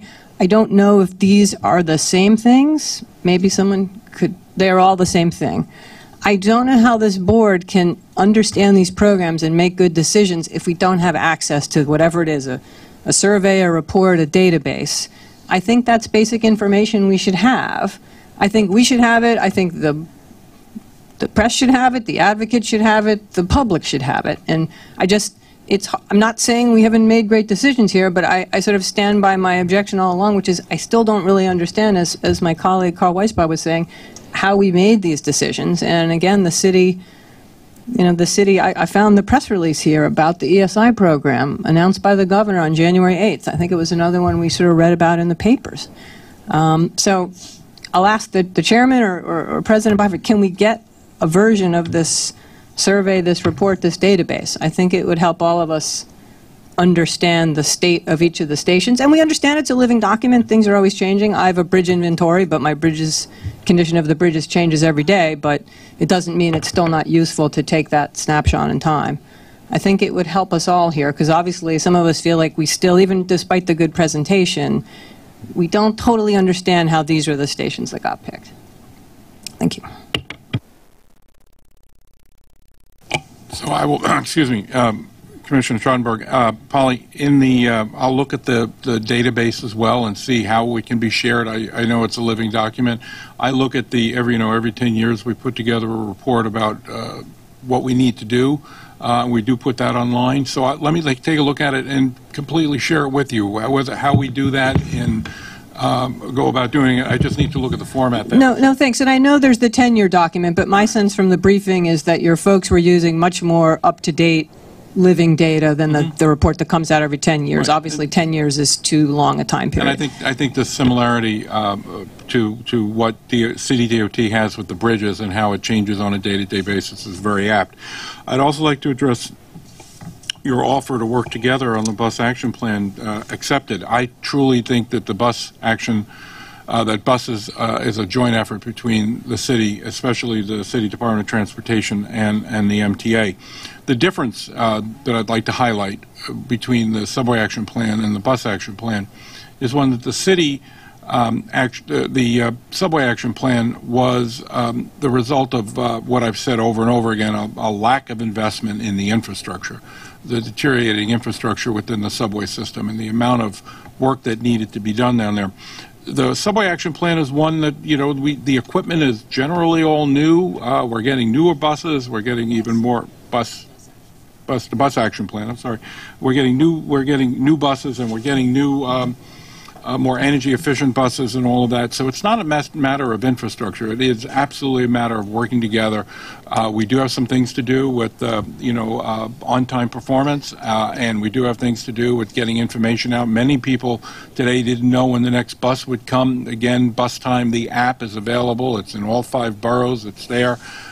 In my experiences, it's very accurate, so that there is an ability to know when the buses are coming. We need to do a better job of communicating that. Looking forward to working with you. Thank you, Mr. Chairman. Veronica, then Mitch, then Andrew. President Byford, thank you very much for your presentation. Not only did you delve into the issue of the ESI packages, but you also, in your presentation, referred to many of the comments and concerns that have been raised in many discussions and provided a response to those concerns and those issues that have been raised, and I sincerely appreciate that. I also want to thank the MTA staff for the white paper that they circulated to the board on the ESI packages. I also found that incredibly informative, and it reminded me of some key things. And while President Byford provided additional clarity on the selection of the stations, I think that explanation begets at least my additional clarity to provide to you all on my feelings around these ESI packages. So these projects were first announced by the governor 2 years ago, and then some money was put aside in the capital program, which was approved by this board in April 2016, and that placeholder amount was about $64 million for the ESI program. This is now a program that is just about $1 billion. Now, I wanted to note that $64 million included in the capital program was very likely a placeholder, and I want to acknowledge that. But to have grown from $64 million as an initial placeholder to $1 billion now for this program is a significant increase. And that increase is in large part due to the larger scope of the station renewals. Now, of these 33 stations, 5 of them were already included in the capital program for station renewals, and the remaining 28 were included for specific components. So my clarification and my clarity comes from wanting to make the point that those very needed components, many of which President Byford and others have pointed out as needing to happen, should have continued as specific components of the capital program. My objection and challenge is around the larger station renewal project, the additional 60% of projects that have not been identified as state of good repair projects, that have driven the cost of these packages up to $1 billion. My position has never been that a lot of these enhancements, even the art, even the lighting, is not needed. My position is not now. And I think that's an important clarification. Not that they're not needed, not now, because of the other needs that we have. We still have outstanding capital needs that have not yet been met, and we've not identified funding sources for those needs yet. So I wanted to offer that, to note that this larger station renewal is what is being challenged here, not these individual components as they were originally included in the capital program. All of these things, those station components, those specific station components for the 28 other stations should continue to be advanced. But the larger aesthetics and lighting and the 60% that falls into that category, not now.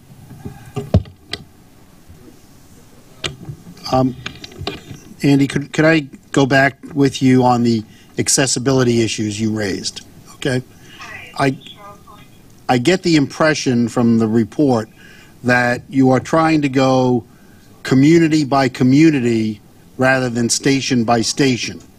Is that so as to ensure that each community, and I'm not defining community in the Long Island sense, I'll define it in the New York City sense, each community which has a variety of stations has at least 1 or 2 stations within their parameters that would be accessible? Is that the plan, or am I missing something? Is that on? Commissioner, there's more to it than that. I mean, what we try to do is we're trying to progressively make the system accessible, but because you can't do every single station at once for myriad reasons, we're trying to apply a bit of a science behind how we do it, and that's, and by the way, entirely consistent with the way other properties have done it or are doing it as well, which is to look at a number of factors: the demographics of that particular area, the importance of that station in terms of footfall and the interchange opportunities that it affords, the existence or otherwise of things like seniors' homes or hospitals in the immediate vicinity, the distance between that proposed station and other accessible stations. So if you have a long stretch with absolutely no accessible stations, you should look to at least infill that particular location. The opportunities to have a third party perhaps co-fund or ideally completely fund that particular installation.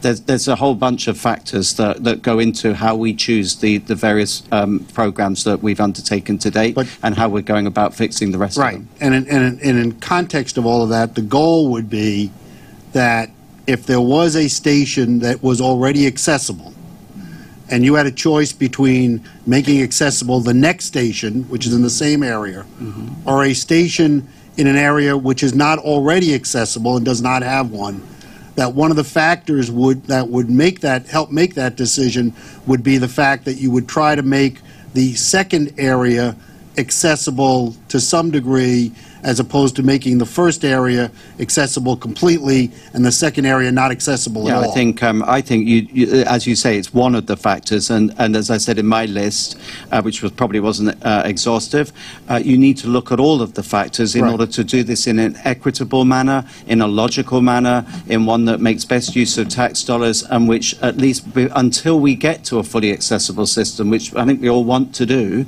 I definitely want to, that you are at least making the system as accessible, progressively as accessible as it can be, because people with a mobility impairment have less distance to travel if you have reasonably spaced accessible stations rather than somewhere that's completely accessible and another area nearby that is a desert in terms of accessibility. Now, does that list of factors, excuse me, is that list of factors, including the community issue, playing into the issue of why some stations are now being repaired without including accessibility? No, let me phrase it this way.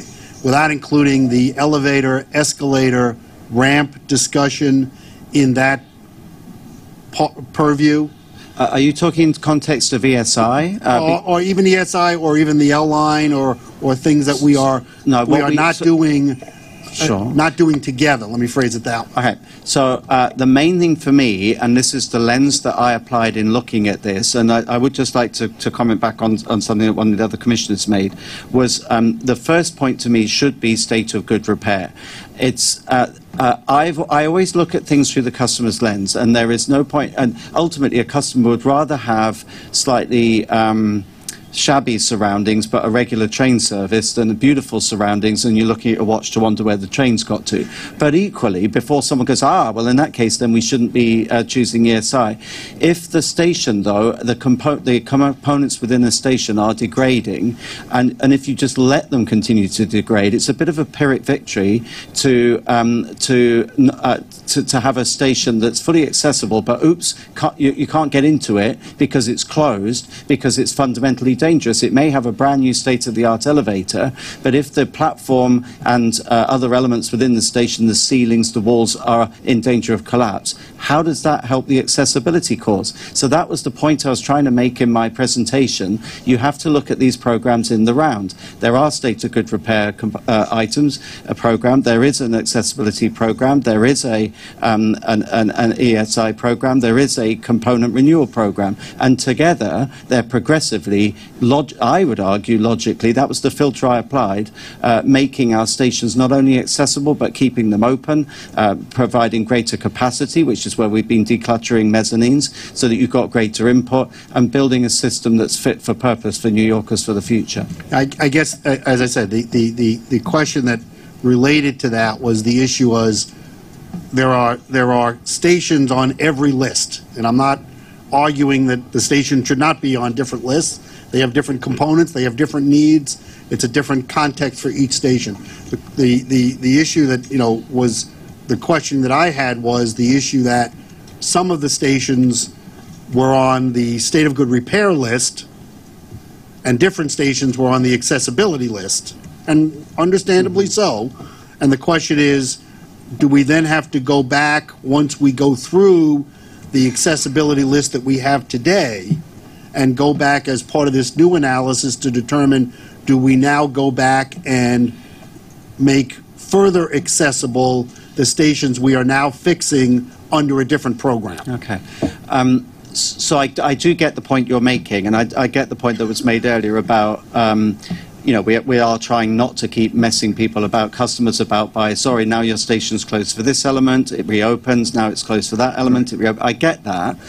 But equally, because because not everything can be done at once, and if you waited to perfectly package everything, and with finite dollars, it's the people may not like to hear this, but that is reality, right? There isn't an unlimited pot of money.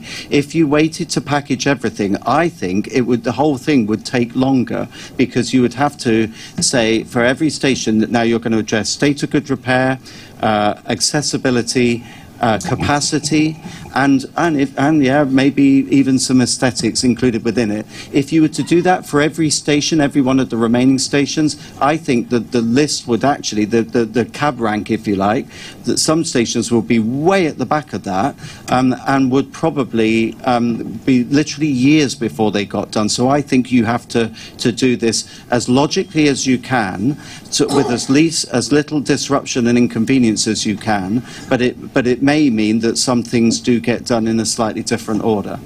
Okay. If I'm understanding that was the question. To wait for perfection at every station, some stations are going to be right at the back of the rank, and I would argue will probably fall into a state of disrepair, a dangerous state of disrepair before we get to them. In which case, you are into my scenario whereby, yeah, sure, absolutely, tick, you've made it accessible, but oops, station can't open because the rest of it's fallen apart. Okay.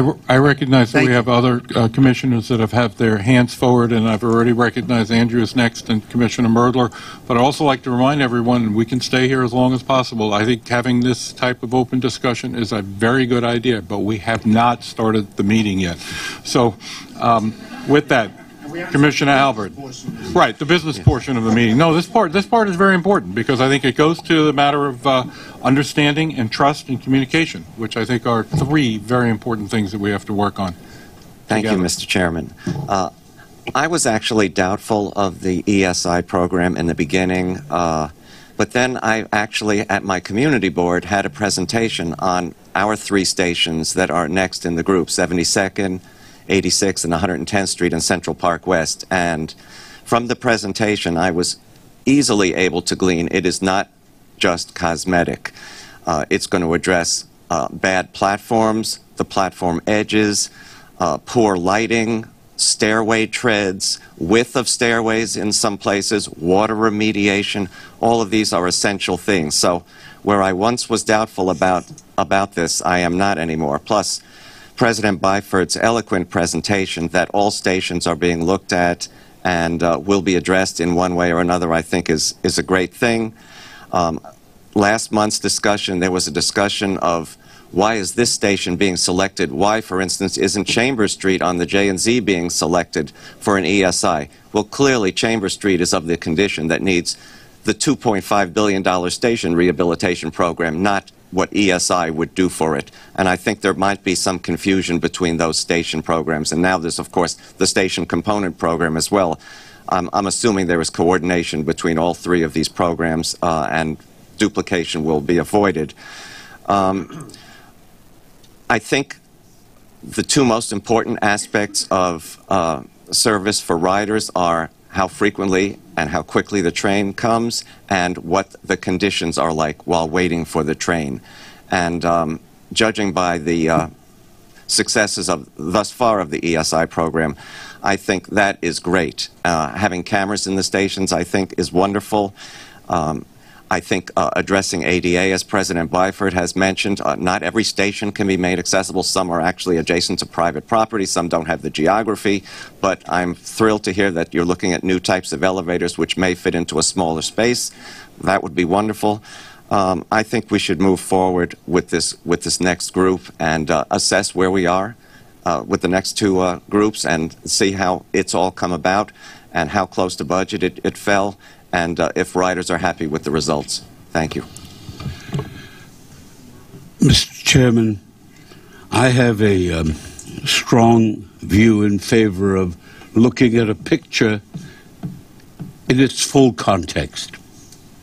The subject of ESI and of fixing stations was first raised by the governor early last year. And indeed, I have just been going through emails in the spring of last year with then the acting head of this organization, Ronnie Hakam, about the selection of the 33 stations or 31 stations that were then contemplated. It was the subject at the time of a clear review that showed that the picture of our stations was awful. The condition was awful. The garbage accumulation was a separate problem. The yellow lines in the front were not properly maintained. It was not just cosmetics. It was an issue of how carefully these stations had been maintained over the years and how, with the passage of time, they had deteriorated. And that discussion occurred before two of the three of you were even on the board. It was carefully discussed. It was carefully examined. And there was a unanimity of view that the governor was right, that we had to clean up the stations. And these were the first 30-odd stations that were to be remedied. It was not intended to be the be-all and end-all. It was intended to be a beginning. And then, last year, a crisis developed and a realization came upon us that we had a much more serious problem in the subways. The problem being maintenance problems over the years, deterioration, and the like.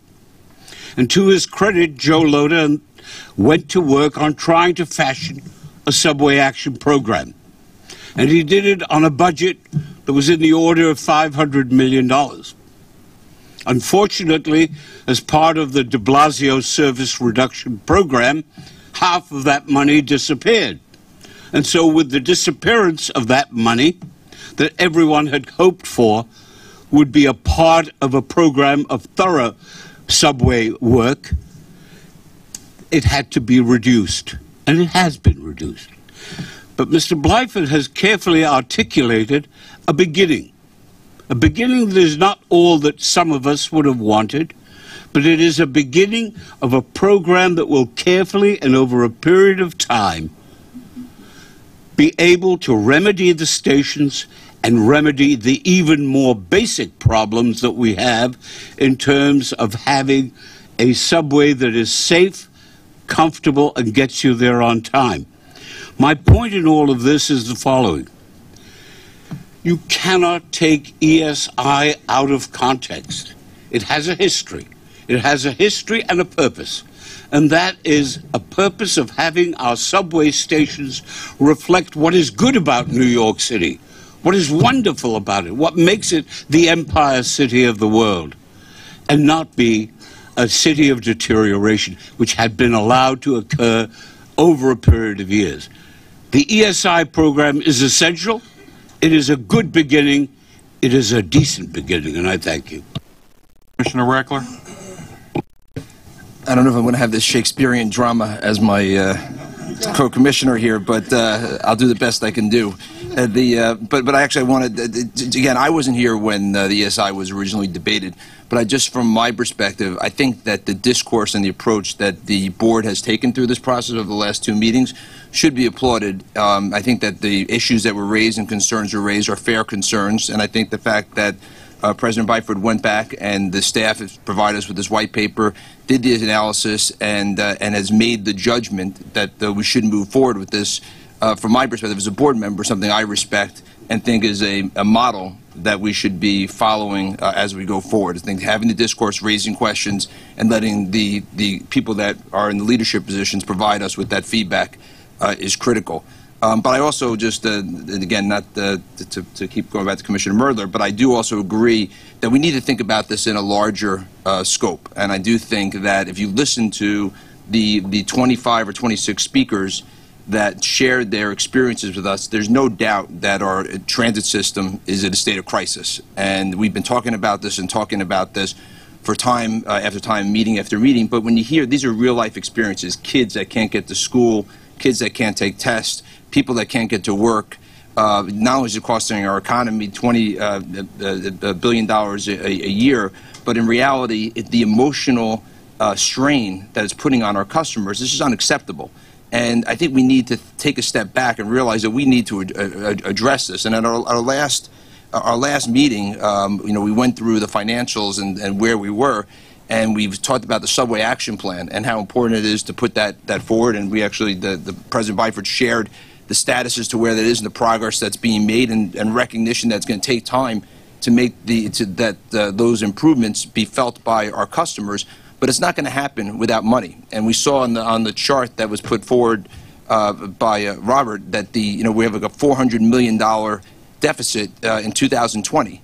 and that we have to find a way to fund this. And the Subway Action Plan, while it's great in terms of trying to stabilize the system, it's not going to fix the problems, because I think, as was said before, we have limited amount of dollars and we have a lot of problems ahead of us. And so one thing that I'd like to ask, Mr. Chairman, is that there is something that's been put out there, right? The governor commissioned a group to come up with the Fix New York City plan to discuss ways in which we could create a permanent funding source, a dedicated incremental funding source to improve our subway system, not only for the Subway Action Plan, but to bring it into the 21st century, to address the congestion problems that we're seeing on our streets right now as people are moving out of our subway up to the streets, to buses that aren't moving because there's just too much congestion on the streets, to give the city the tools to actually be able to do the enforcement with cameras and other types of tools, and work in conjunction with the MTA through that process, which obviously is critical here, and a recognition that we can't go back to our customers to ask them to fund this. This is much bigger than that.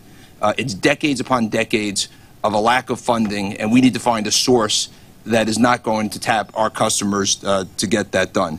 And while the Fix New York City plan, there may be areas for debate in general, I think those key principles that I just laid out are principles that we've all talked about along the way. And I'll just add the last one that was raised, which is that we need to regain the public's trust that if they're going to give us money, that we spend it wisely and practically and efficiently, because otherwise they shouldn't give us that money. And so what I'd ask is, between this meeting and the next meeting, is if we could set up a briefing for the board members that want to hear it, a briefing on the Fix New York City plan, and that at our next meeting we put forward a vote on the key principles of that plan, that we tell Albany and City Hall that we as a board, we are the ones that are responsible for making sure that we have a subway system that's functional, that meets the 21st century standards that our customers deserve. We believe this is a plan, these are the principles, will help us get there.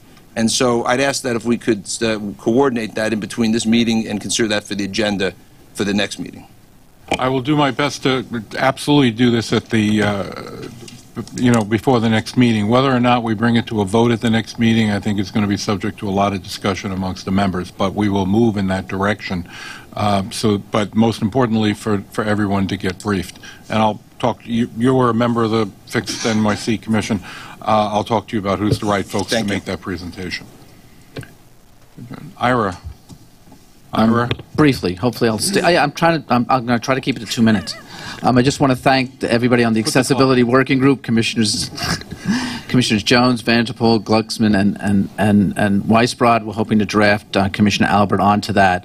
And Ronnie Hakeem's been heading it up, and I'm very happy for Andy Byford's jumped right in on our working group. I think we've made a lot of progress in the first 2 meetings. But on stations in general, I think one thing we missed here, and I think Commissioner Myrtle actually touched on it, is maintenance. I mean, I think going forward, we're talking about capital improvements, but why did we get here? I mean, I'm very familiar with the stations in Astoria.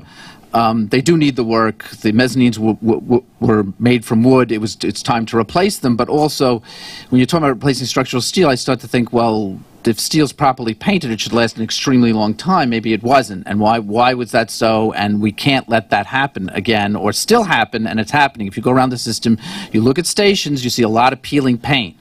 Paint's not a replacement for the renovations we're doing, but it should be done as a regular maintenance. And other cleaning, whatever you want to call it, the thing is that regular maintenance needs to be done in our stations, and we do some of it, but probably nowhere near it as we should, which got us to where we are.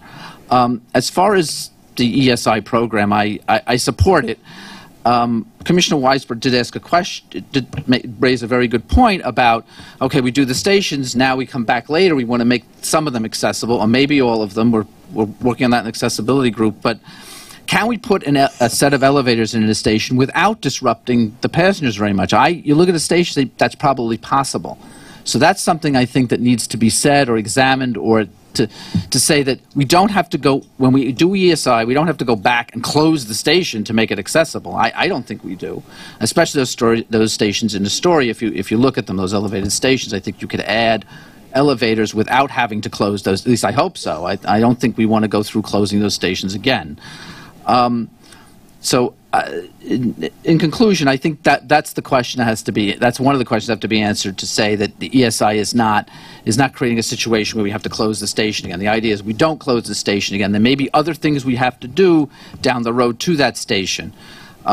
Again, as far as accessibility, we're looking forward to coming up with a comprehensive, multi-year, maybe even multi-decade plan to make the system hopefully fully accessible. We don't know yet, and that'll come forward hopefully in a year or two. Thank you. Start the meeting. I want to begin by talking about some changes that have been made to senior staff. I will go quickly into this. First, I'm thrilled to announce that Kathy Rinaldi no longer has the word acting in her title because she's been appointed to serve as the 6th president of MTA Metro North Railroad. She is the first woman to ever serve in this position. She brings 15 years of dedicated service to the MTA. She served as Metro North's acting president since July of 17. Before that, she was Metro North's executive vice president. 5 years ago, she served as the MTA's chief of staff during my first tour of duty here, and I found her advice and counsel to be invaluable. She has a disarming and calm management style, razor-sharp intellect, and an uncanny ability to break problems down into their component parts to quickly find a practical solution. I know Kathy will continue to push forward the progress that Metro North has made in renewing the railroad and enhancing the confidence of all of its customers and riders. I ask you all in joining me in congratulating Kathy Rinaldi on this well-deserved promotion.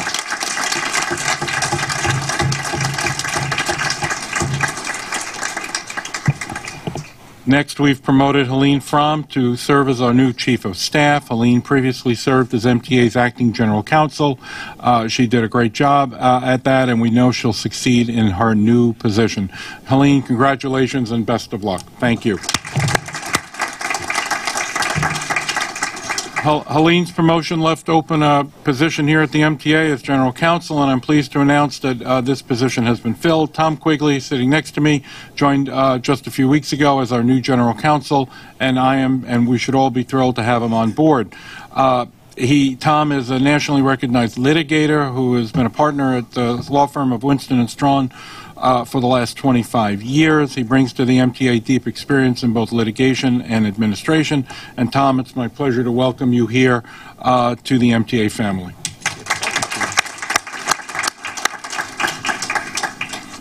Once again, yeah, no, you can't leave. Once again, in spite of, once again, this month we're seeing signs of stabilization in our subway system thanks to the Subway Action Plan. Just a comparison of a couple of numbers from June, a month before we started the plan, in December. Major incidents are down 38% from 81 to 50. Major track incidents are down 63% from 19 to 7.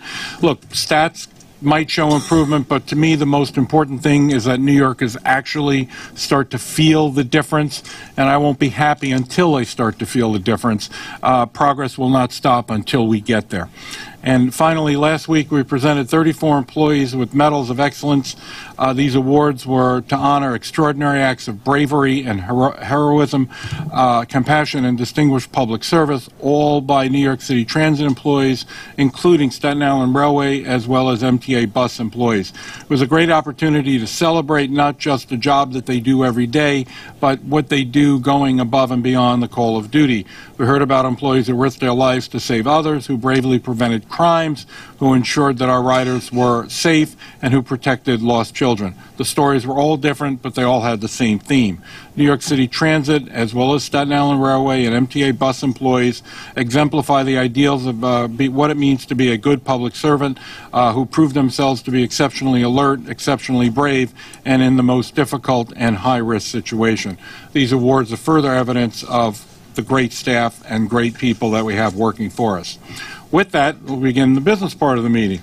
The minutes from the January meeting have been distributed to all members. So moved. Are there any corrections, changes, edits? There being none, all in favor say aye. All opposed, motions carry. Let's begin with the report on the Committee on Finance. Commissioner Schwartz. Thank you, Mr. Chairman. Good afternoon. The Finance Committee met on Tuesday and reports the following. There are 3 action items for board approval. The first action item requests the adoption of the MTA 2018 budget and the 2018 through 21 financial plan is revised per the February financial plan described in the board book. The next action item requests the authorization of the MRT-2 escalator payments, the Dutchess, Orange, and Rockland counties. And the last action item to be considered and recommended is a transfer of the 2017 TBTA operating surplus as described in the staff summary and resolution distributed at the Bridges and Tunnels and the Finance Committee meetings. The committee recommends these action items, and I move them. I'll second them. Do we have any questions, comments before we vote? There being none, all in favor say aye. Any opposed? Motion carries. Mr. Chairman, there are 20 procurement items this month in the total amount of $96 million. The board book includes the full staff summary for Cambridge Systematics, Inc., that was inadvertently omitted from the Finance Committee book. The committee recommends these procurements, and I move them. I'll second that. Are there any questions, comments, changes? There being none, all in favor say aye. Aye. Any opposed? Motion carries. There are 7 ratifications in the total amount of $41 million. The committee recommends these ratifications, and I move them. I'll second that. Any questions or comments? There being none, all in favor say aye. Aye. Any opposed? Motion carries. There are no non-competitive procurements. There is one real estate action item, which is described on pages 86 through 87 in the board book distributed for this meeting. The committee recommends this item, and I move it. I'll second it. Are there any questions or comments? All in favor say aye. Aye. Any opposed? And that motion carries. That concludes the Finance Committee report. Thank you, Commissioner. Now, the report from the Transit Committee from Vice Chairman Ferrier. Thank you, Mr. Chairman. Transit and Bus Committee met on Tuesday and reports the following. There are 5 procurement items which were presented this month in the committee in a total amount of $134.2 million. There's 1 non-competitive procurement for New York City Transit for $19 million. The committee recommends this procurement, and I move it. I'll second it. Are there any questions or comments? I'm sorry, could you speak in the microphone? We couldn't hear. I'd like to be recused from item number 19, please. Any other comments? Yes. I'd like to just talk for a second about the Judlow contract here, which is C number 2. It's not in this right here. I'm sorry. We'll take it up later when we take an item off the table. Okay. Right. That opportunity. Right. Right. Any further comments? All in favor, say aye. Aye. Any opposed? Motion carries. There are 2 competitive procurements for $111.9 million for New York City Transit. The committee recommends these procurements, and I move them. I'll second them. Are there any questions or comments? All in favor, say aye. Any opposed? Motion carries. There are 2 ratifications, one for New York City Transit for $1.7 million and one for MTA Bus Company for $1.6 million. The committee recommends these procurements, and I move them. I'll second them. Are there any questions or comments? Commissioner Vanderpool. I would like the record to reflect my no vote on both ratifications for this reason. $3.3 million is going toward retrofitting buses. 175 of them were retrofitted on the production line, 138 of them were retrofitted on the production line. 75 of them were retrofitted once they were off the production line. Commissioner Reckler made a statement, and many of us have made this statement over many board meetings, that in order to regain the public's trust, we have to spend money efficiently. Wrapping buses and paying to retrofit buses to wrap them yellow and blue and add Wi-Fi and USB ports, I do not think is an efficient use of our resources here, particularly because these new yellow and blue buses are still declining in service. We saw 2017 bus service I think is declined by 5.8%, if I recall, from the previous year of 2016. So I just want to make that note that we as board members do have a responsibility to look very critically at how we're spending these resources and asking the question, is that investment worth it? Was it worth spending $3.3 million to retrofit these buses in this way at this time? So I will be voting no. Any further comments? All in favor, say aye. Aye. Aye. Any opposed? Ms. Vanderpool, anyone? Thank you. Motion carries. This concludes Transit and Bus Committee report from Tuesday. At this time, Mr. Chairman, I move, now that President Byford has had an opportunity to thoroughly examine the procurements, to take off the table and consider the 3 procurements that the board placed on the table in January. I'll second it. All in favor of moving the tabled items back for board consideration? For consideration, all in favor? Aye. Any opposed? We move now forward. We'll now consider the 3 tabled enhanced station initiative procurements that the Transit Committee recommended to the board at the January meeting. These are 3 competitive ESI procurements that are included in this month's book. I will move these procurements. Do I have a second? I'll second. Discussion, questions, comments. Commissioner Saul? Right. I have just 2 quick comments. The discussion that we had before on basically the Transit Authority's capital plan, I think we left out one very important item in the discussion.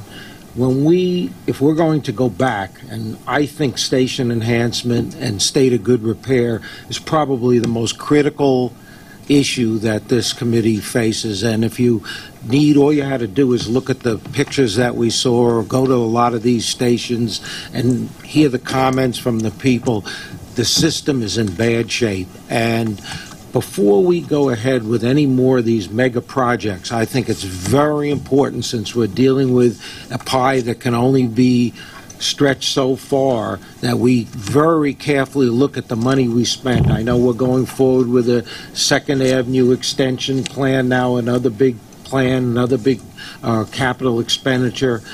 Before we do that, I think we have to really look very carefully at, do we spend the money on these new expansions, or do we go back and look at the system that we now have? Because if we don't do that, we're going to have more of the problems that we've had occurring, in operating the system. And so I think this discussion is bigger than what we had before, and I think we should certainly expand it if we're really going to do it.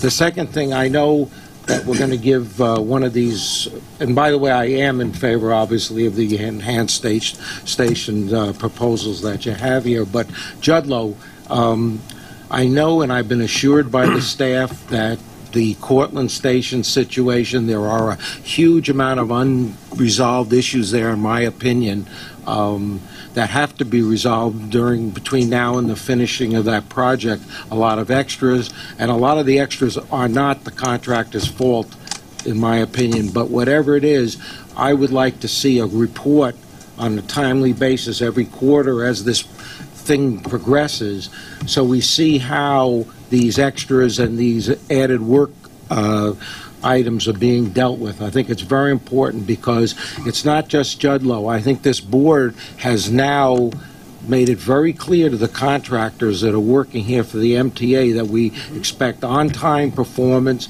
We expect performance without these huge amount of extras that we've been getting. And I think it's important that we see this Cortlandt job finished. And I hope we get reports back, Joe, where we stand on this and where the extras come out at the end. Yeah. Andrew, you have my word. I am as concerned as you are about Cortlandt, but also to get the information out. We do have some of it online. I'll make it available in any shape or form that you'd want on our projects as to where we stand against both the timing and the cash that the projected dollar amount, because those are 2. There are other hands raised. Yes, Commissioner. Well, first, let me just say I actually agree with Commissioner Saul's first statement about the need to get back to basics. We've heard a lot on Monday about Tuesday. The issues of signalization and how And I think everyone here knows that that is a major, major challenge confronting our subway system. And I know that Mr. Byford is looking at that. It's not sexy because the public doesn't see it right away, but and it tends to, I think, get short shrift because it takes a long time to make changes, whereas the more visible projects are a lot sexier, both expansion projects and improvement projects. But unless we address those basic systemic problems, and I think that the Subway Action Plan is the tip of the iceberg on that, we're going to have these problems forever. And so I agree with Commissioner Saul on that. I would like, as I said earlier, I won't reiterate or repeat my general objections to the ESI program, but I do have a number of questions about the specific packages before us, and specifically package number 4, the Judlow package. First of all, just in general, we are presented with these packages of, in this case, $125 million without any breakdown among the stations. Do we have a breakdown of what each station is going to cost us among these 5 stations? I'm just asking. Yeah, Steve. Sorry. I have a bunch of questions, Steve, for you on this. You'll be happy to know. I don't have the individual breakdown of the stations with me right now, but we can certainly get that to you. I think it's really, and this just applies more generally to this program. We've seen ESI programs come through for the Long Island Railroad with very, very specific one station at a time. And it's almost impossible, just on a granular level, to be able to evaluate a package like this without knowing what each station is going to cost and without actually knowing, because nowhere in the material we've gotten is there any indication actually of what we're doing at each of these stations. And these stations really run the gamut. You've heard me before on this say, why are we doing the 57th and 6th Avenue station, one of the most underutilized stations in the system, one of the newest stations in the system, a station actually that would be very easy to make ADA accessible? Why are we doing this station, not making it ADA accessible, and what are we actually doing there? I mean, we don't even have that information before us. That's on the one side of it. On the other side of it, we have these 2 Penn Station stations, 2 of the most active stations in the system, in and surrounding Penn Station, which, as we all know, is going to be and is a major, major regional project, which should incorporate, and I presume will incorporate, these 2 stations. What are we, and offers, as we've heard from the governor and from people here, the importance of value capture, offer the option and opportunity for value capture. Why are we spending, we don't even know how much we're spending on these 2 stations, which, by the way, were not even on the governor's original list, and as far as I know, have never actually, at least not while I've been here, come before the board to add to this original list. So why are we doing these 2 stations, given all of those problems and all those challenges and issues on the Penn Station side? Why are we doing the 53rd, 56th, 7th, and 6th Avenue station on the more modest side? What is the coherence that Andy Byford was talking about earlier that binds this ESI program together?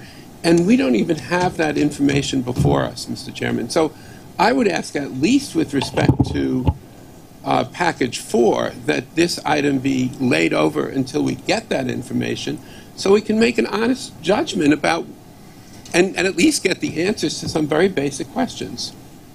Thank you. We can certainly provide that information, but I have to say that we presented quite a number of packages in the past, and no one has ever asked for any level of that level of detail. I'm not saying that we couldn't have provided it beforehand. It's certainly available but certainly from our level, we've sort of wrapped this up, and we've been very consistent with our presentations.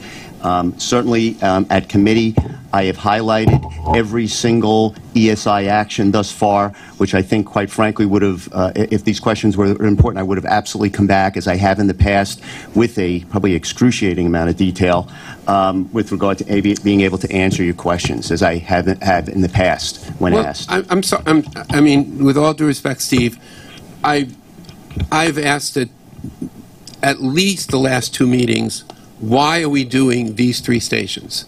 And I've not gotten answers. I've asked the same questions the same time. The only thing I'm asking now, which seems to, I would think would be information we would have, is actually what we're doing at each of these stations and how much each of these stations are going to cost. And that's just very basic information.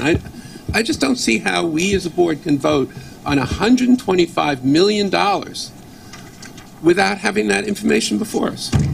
And I just, because you raised the question, Carl, if you go back to the press release, the January 8th, it's 2016, not 2017, where the ESI program was announced, there's a link that goes to the original set of stations. The Penn Station stations are not on there. So to your point, it's not clear to me how they got onto the list, so to speak. They weren't in the governor's original announcement. Did this board ever approve? I mean, I've only been here 6 months, but did this board ever add those 2 stations? No. That's what this is about. So, Mr. Chairman, at least until we can get an answer to those questions, I would ask that this matter be put over until March, at least package number 4. Mr. Chairman.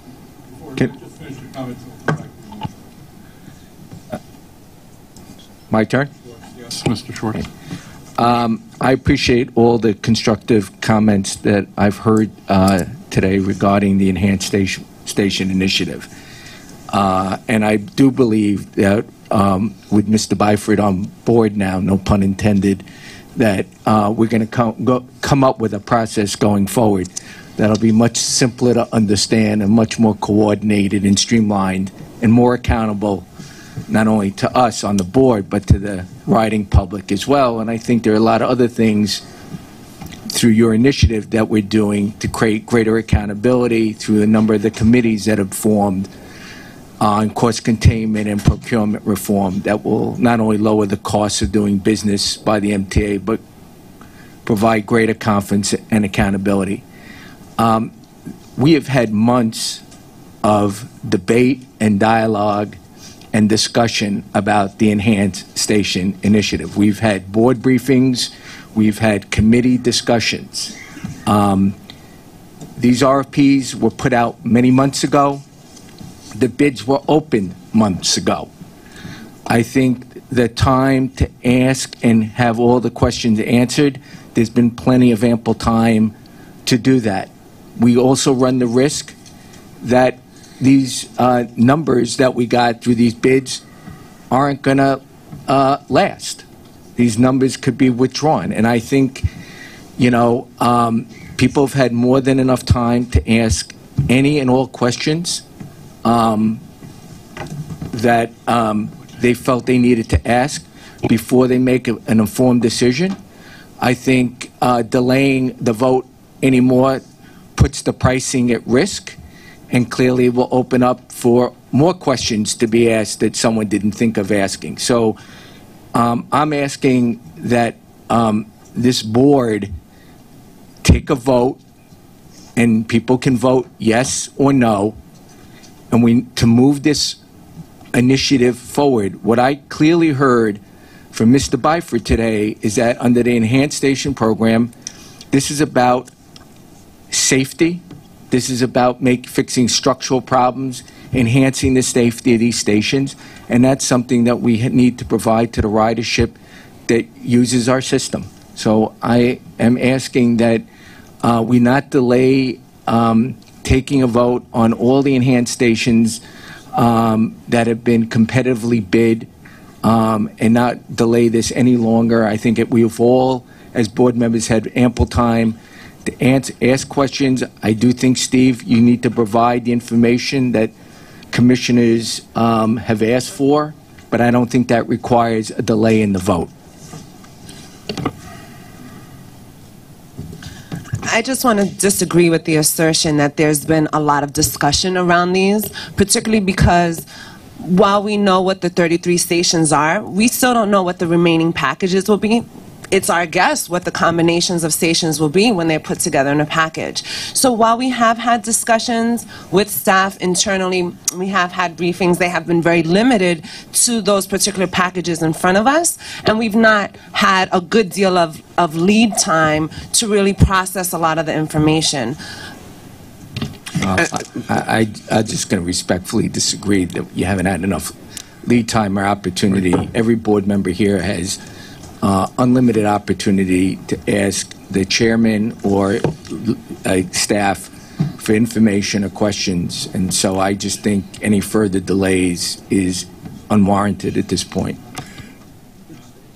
Yeah, I just want to reiterate what I said before, which I think, again, we had good discourse. I think we practiced good governance. I think issues were raised at our last meeting. We pushed off voting at our last meeting so that we could have the benefit of President Byford going through and doing a deep analysis with fresh eyes on what was planned, and he came back with a recommendation, and I think it's incumbent upon us to accept his recommendation and move this forward. Mr. Chairman, with all due respect, and I appreciate what the desire to move this forward, the fact is that I have asked these questions at the last two board meetings, at the last committee meetings, with respect to these three stations, and I have never gotten an answer. So I appreciate that people want to move this forward. I appreciate there may be questions that come up after the fact that people sometimes think about and should have asked at previous board meetings. But the fact is, at least with respect to why are we doing these three stations, and why the two Penn Station stations, given all the questions that I've asked previously with respect to the major investment the public's planning to make in Penn Station, with respect to the potential for value capture, with respect to the fact that these two Penn stations were never, on, as far as I know, on anyone's list, and all of a sudden arrived before us. And in all due respect to what Mr. Schwartz said about RFPs, we don't see the RFPs. We see something that's presented to us as a final package. And it seems to me that for us to be voting on a $125 million package, when those questions, which I have asked at previous board meetings and committee meetings, haven't been answered, and we still can't answer them today, it seems to me the appropriate thing is to at least lay package 4 over until we get those answers.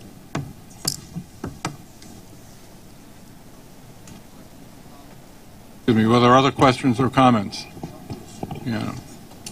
So, Chuck, you had your hand raised. Do you no longer want to comment? Okay. There is a motion on the table to hold over the second package. Is there a second? Your motion to hold over the package number 2. Is there a second? Item's been seconded. All those in favor, please raise your hand. All those opposed, please raise your hand. Motion does not carry. We're going to consider all three. The motion to consider all three have been moved and seconded. There being no further discussion, all in favor, say aye. Aye. Any opposed? Hands raised. 2, 3. And the motion the motion carries. The procedures, the procurements pass. Where are we? We're done with transit. Right. We're now on to the hold on one second. Where are we? The railroads met jointly this month. Dr. Metzger will deliver the report on behalf of Metro North and the Long Island Railroads. Susan. Thank you, Mr. Chairman. Before reporting, I want to give my personal congratulations and those of the Metro North Committee to Catherine Rinaldi, our new president. She's been acting president since last July. We've made progress on a number of issues, and we look forward to continuing to work with her. That said, the Metro-North Railroad Committee and the Long Island Railroad Committee met jointly on Tuesday and reports the following. There is one action item for the Long Island Railroad. The action item requests the board to ratify an amendment to the Gateway Tunnel Agreement with Amtrak for the design, manufacture, and installation of a tandem wheel truing machine for $1.84 million and to authorize the expenditure of additional funds under the agreement up to $800,000 if necessary to accelerate the delivery of the machine. The committee recommends the action item, and I move it. I'll second it. Are there any questions or comments? Where are the other wheel truing machines for? Hillside, or, I mean, Long Island City somewhere? Or? One's at Hillside and one's at the diesel facility in Jamaica. Thank you. Any other further questions or comments? All in favor, say aye. Aye. Any opposed? The motion carries. There are 4 non-competitive procurements, 2 for Metro-North Railroad in the amount of $6.2 million and 2 for Long Island Railroad for $30.2 million. The committee recommends these procurements, and I move them. I'll second it. Are there any questions or comments? Those in favor say aye. Aye. Any opposed? The motion carries. There are 2 competitive procurements this month for approval, one for Metro-North Railroad in the amount of $1.2 million and one for Long Island Railroad for $1 million. The committee recommends these procurements, and I move them. I'll second it. Are there any questions or comments? All in favor say aye. Aye. Any opposed? Motion carries. There is 1 ratification for Metro-North for $1.2 million. The committee recommends this ratification, and I move it. I'll second it. Do we have any questions or comments? All in favor say aye. Aye. Any opposed? Motion carries. Thank you, Mr. Chairman. This concludes the Joint Railroad Committee report. Scott, before we move on to bridges and tunnels, thank you. have a I question? just wanted to reiterate, at our last meeting, we had a briefing, which I thought was helpful on the positive train control. And I appreciated the sense of urgency that the staff had and the focus on it, but I did leave with a high degree of concern as to whether or not we're going to actually make it. At least from my looking at the math, it felt like we were 65% completed when we have to be done by year end. And there was a lot of, as we discussed transparently, and I appreciated the transparency of it, a lot of reliability on others to be actually get to the finish line of this. And so, what I don't want to take lightly, though, is this penalty, because I know it's it was a conversation as to whether or not that's something that we're going to be hit with by the DOT, but it was $27,000 a day, and if I did per train, so if I did my math right, it was something like $30 million per day, almost $1 billion per month. Now, I know we said the federal government's not going to hit us with that, but the federal government also took the Gateway Tunnel deal that we have. They were going to fund 50% and said they're not funding that anymore. And the federal government recently came back and then took the Gateway Tunnel and said it's not, lowered its rating in terms of priority and said it's not a priority anymore. And so I just don't want us to be complacent to think that we're going to have someone that's going to show us some leniency if we don't make that December date relative to the positive train control. And the other element was I noticed that the CEO of Amtrak noted that if trains weren't up to PTC, they're not going to be allowed on Amtrak rail. And so I think it's another thing that we need to address if we're not there. So I think on a parallel path of us working as hard as we can to try to get that finish line, I think we should also be thinking about what mitigants we may need to put in place or conversations we may need to have to the extent that we're not fully at that finish line and what level we would get there. So I just wanted to raise that as a follow-up from the last the committee meeting. Commissioner Metzger. I appreciate your concern. I can guarantee that it's been shared by both railroad committees for more than a year. The reason we decided to bring this to the joint committees every other month is to be sure that we've got our eye on it and we are attempting to deal with it. The important thing that I think you're seeing in the reports, it always comes to the end. It's not the pretty graphics, although they're illustrative. It's the items that we feel are at risk and what the mitigants are. And that's where we need to focus, not just every other month. The railroad committees will be focusing on it every month individually, but hopefully the entire board will get to see these presentations on an ongoing basis. We are committed to getting ourselves PTC compliant, and the committee wants to be PTC ready everywhere. Right. I think that's an important point. The board wants the railroads to be more than just compliant, but ready. That's our goal, to be ready. Compliance, which the government requirement, is a much less level of achievement, but not satisfactory for what we want. So the whole issue on the fines and all of that is one thing. It depends on how we fine ourselves for not achieving more than what the federal government is asking for to be fully up to speed. But I fully understand the concerns of the committee, and will report back to the committee every other month, if not more than that, because I've asked, I'll ask both Kathy and Pat to keep us informed as we go along, because now we're in the hands of software development. That part is that's the part that's the big question mark. Yes, Randy? I'm more confident, having had that excellent presentation the other day, Tuesday's meeting. I'm not confident about the West of Hudson service, because we have to rely on NJ Transit. They are constantly being criticized for their not being prepared, and I know that we're going to be staying on top of them, and that's all we can hope for, that they will finally wake up. Thank you.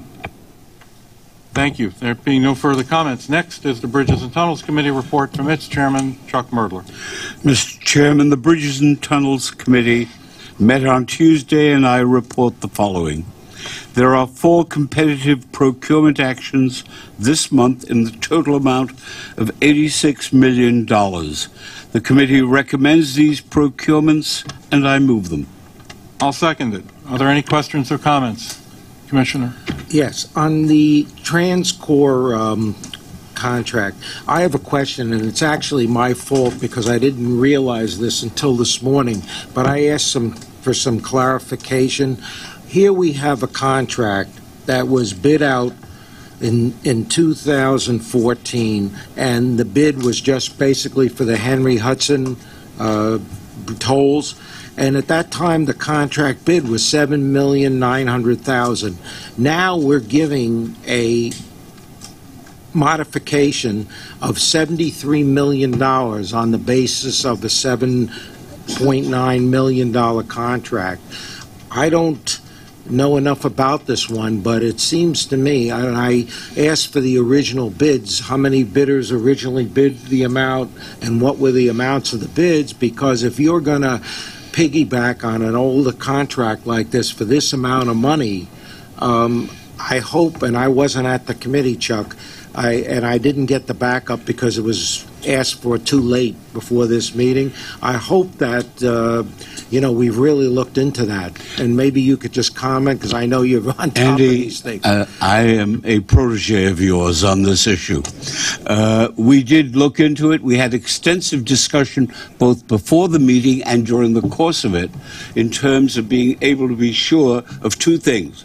One, that the component parts were examined, and secondly, to make sure that it is a contract which, if new technology arises, that makes it suitable or even desirable to move away from this contract, we are free to do so at any time without any penalty. But were you comfortable with the initial? Yes. Was it yes. really competitively bid? Yes. We had conversations about this before the meeting and at the meeting itself. And you're comfortable with it? I am. Okay. Any other questions or comments? The item has been moved and seconded. All in favor, say aye. Aye. Any opposed? Motion carries. That's it for the Bridges and Tunnels report, I presume. Okay. No, that's quite all right. There are no non-competitive procurements and no ratifications. This concludes the Bridges and Tunnels Committee report, and I thank you. Thank you. A reminder, our next board meeting is on Wednesday, March 21st at 10 a.m. And as many of the board members know, I've invited different groups of you to lunch in the next week or two, the purpose of which is to continue the discussions that we had this morning about what is it that we need to do as staff towards the board and enhancing communication. More to come when we have that. I'll entertain a motion to adjourn. So moved. Seconded. Thank you very much.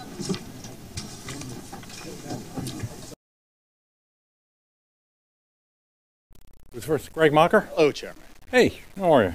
There was a discussion on Tuesday about classification of delays, and President Byford mentioned that overcrowding might be too often used.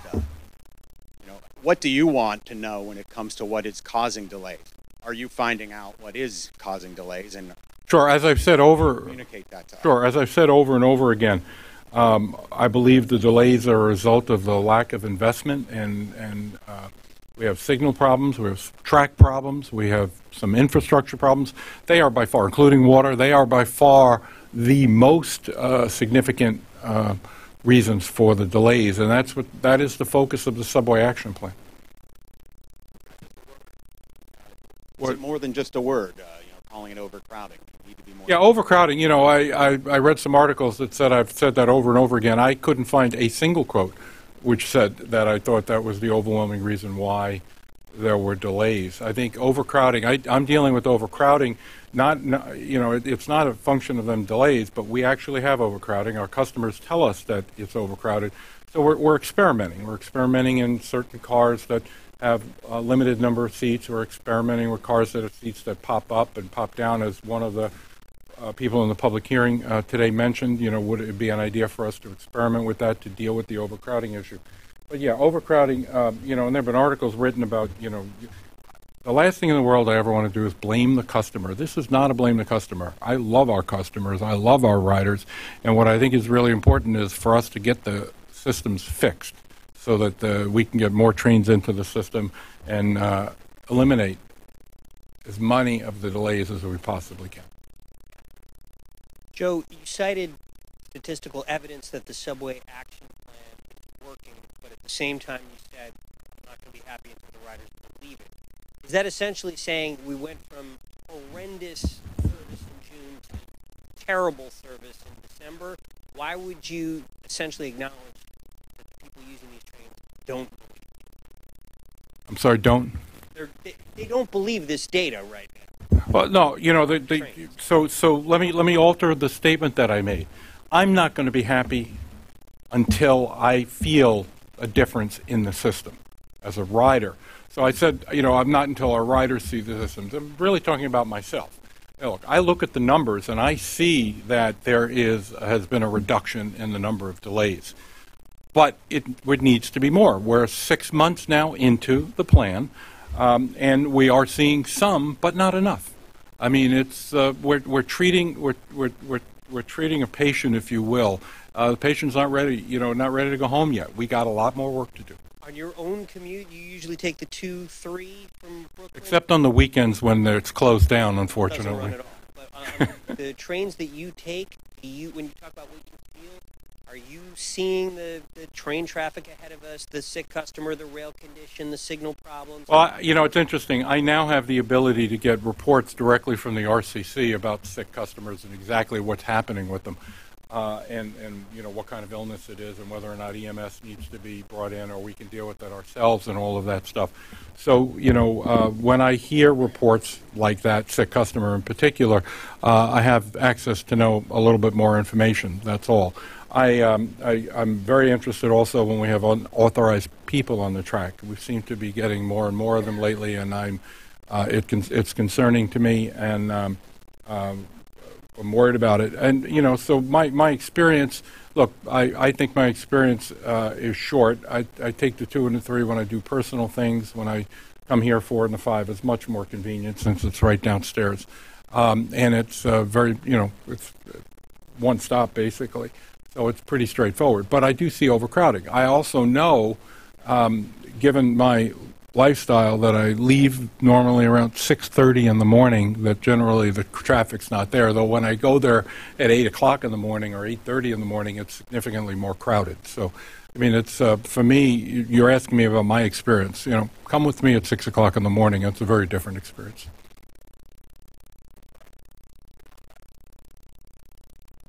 Thank you for thinking of us little guys, John, and Joe as well.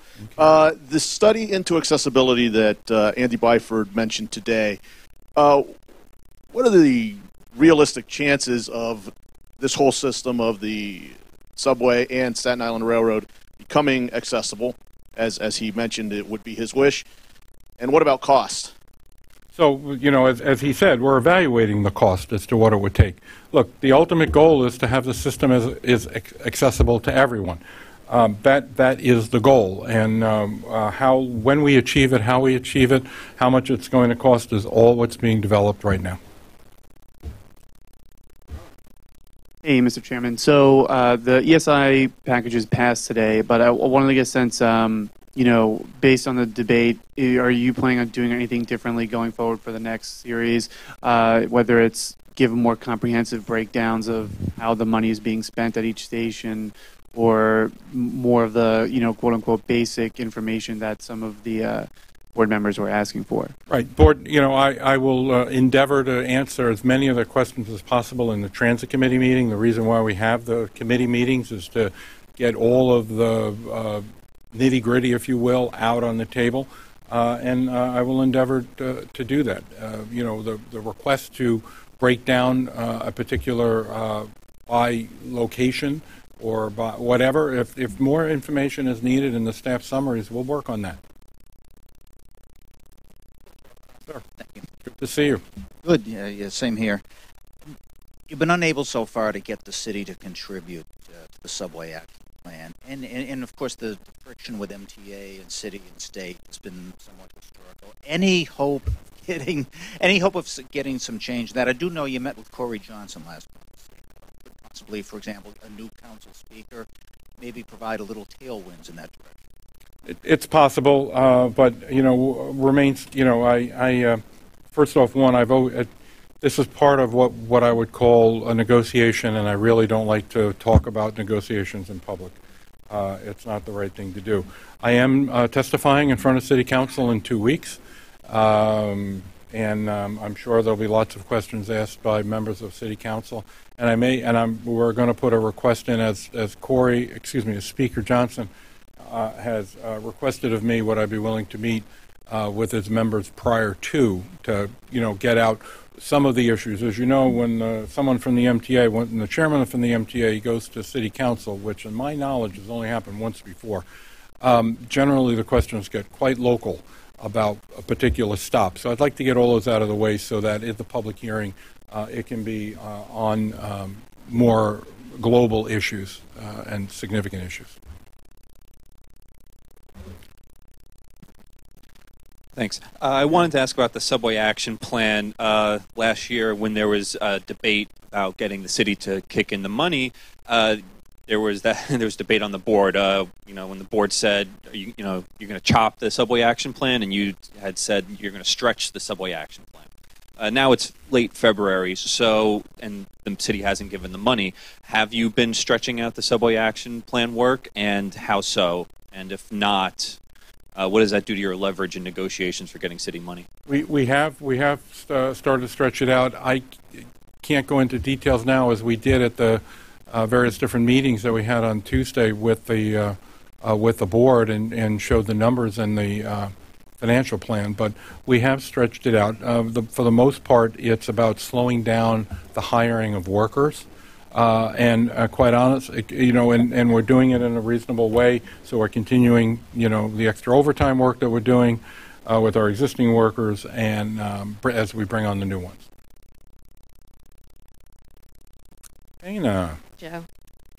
So, can you tell us when you informed the board that you'd become a Madison Square Garden director, and also can you sort of describe the procedures you've put in place to avoid conflicts of interest? So I was a member of the board of Madison Square of MSG Networks before I came on the board here, so in answer to the first question, it was included in the forms I filled out for the Executive Chamber, the State Senate, and JCOPE. I included that in there. I did not inform the board of joining either one of those companies. Look, right from the get-go, I have discussed my relationship with MSG and both companies, and I've recused myself right from the very beginning on anything directly connected to any conflict of interest, any appearance of a conflict of interest as well. A process has been put in place for any recusals necessary, and as directed by both the General Counsel of the MTA and our Chief Ethics Officer, that I have absolutely no oversight or any vote involving the MTA or any of their affiliate companies. In MSG and the MTA and any of MSG's affiliate companies. Hi. Responding to... Hold? What? Freezing. Sorry. So responding to Mr. Byford saying that there's a science in the way that you selected the ESI stations. Can we see that science? I mean, it's interesting. Every time Andy said science, Andy, where is he? Every time Andy said science, I said his science is my art. But I didn't say it out loud. As you know, I no longer keep my microphone on during the meetings. Thanks to John's threatening of me. But in any event, we'll work with Andy and understand that. But I do think it's an art, because what he described is an array of different parameters and then weighing those parameters. And I'll work with Andy to figure out. But I'm not sure there's a single thing to show you, as there isn't when you create a piece of art. There's a lot of different parameters that go into it. For example, I mean, you don't want, as he said in a couple of the, you don't want to inundate a neighborhood. You don't want to inundate a community, as he mentioned. What you want to be able to do is to spread it around, and we're a large enough system to do that. You also want to understand those things that can be done in a 6-month time frame or less than that. You also want to have similarities in the stations so that you can package them together with the same contractors. Because as you saw today, there were 3 different packages put together. And so you want to be able to, those that have, a significant amount of tile work, for example, something as minor as that, tile work or work being, infrastructure work behind the walls, you want to be able to make sure that all 3 of them work together. Andy, is there any? Sure. Thank you, Mr. Chairman. And you'll have to bear with me, because sometimes I use English expressions that maybe don't have the same meaning here in the US. So another way of putting it might be a methodology rather than a science. But yeah, and in any case, Sarah, I think I said, and I'll stand corrected on this, I just checked with John, I thought I said that in the context of the broader picture when I was asked about how these packages all fit together, rather than purely in the context of ESI. I mean, again, I'll stand corrected on that, right? I can always review the tape. But certainly what the point I was making was that there's a methodology that has to take into account different criteria, because as I was saying, and this is from recollection, that you look at how close is a candidate station to other stations. Is that within a particularly poorly served area for accessibility, or is it one where it's fairly richly served, in which case it might not be such a great candidate after all? What are the demographics of that particular area? What are the are there hospitals nearby? Is there a seniors home nearby? So that's what I meant really by a science. It wasn't just right, who shouts loudest, which station gets it. It was more methodical than that. That was the point I was making. We do have a white paper to which some board members alluded, that was circulated to remind them of that methodology and also the chronology of the various discussions that have happened. We will make that available to you after this meeting. John's going to hand it out. One of the board members actually said they thanked Andy for his eloquent presentation. I'm one of those people from the Bronx who believes everybody who's from England sounds very eloquent. Yes. A perfect introduction. Oh, there we go. Hi, Joe. I was wondering... What part of the Bronx are you from? In answer to Dana's question regarding Madison Square Garden, you said that you would recuse yourself from votes that not only have a conflict of interest, but even an appearance of a conflict of interest. Today, you voted for the ESI package that included the 2 stations at Penn Station, and so I was wondering, First of all, did you seek advice from council before voting on the package? And second of all, even if the general counsel said it was appropriate for you to vote on it, is there not an argument that could be made that it does give the appearance of a conflict of interest, and perhaps it would have been better for you to have recused yourself from that vote? So I'll let counsel speak to that particular question, and then I'll add one other. Thanks. As the chairman said, we put a process in place to manage any actual or potential conflict of interest between Madison Square Garden Company and MSG Networks on the one hand and Chairman Loda on the other. What was before the board today was specific procurement contracts, and neither the Madison Square Garden Company nor MSG Networks was a stakeholder in any of those procurements that were put before the board. So we looked at it, we examined it. The chief ethics officer and I make the determination as to whether the chairman should be recused, and we didn't think that recusal was warranted or appropriate in these circumstances for those procurement contracts. I don't have to make a further comment because he added what I wanted. Sorry, but the second part of the question was about the appearance. Even if the general counsel says there's no need to recuse yourself, is there an argument that there is the appearance, given that many people traveling to and from Madison Square Garden use those two subway stations?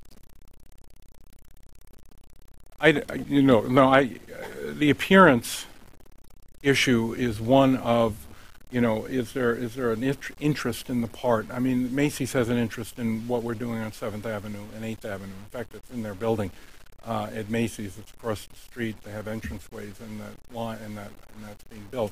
But they have no financial interest whatsoever in the station or the subway as well.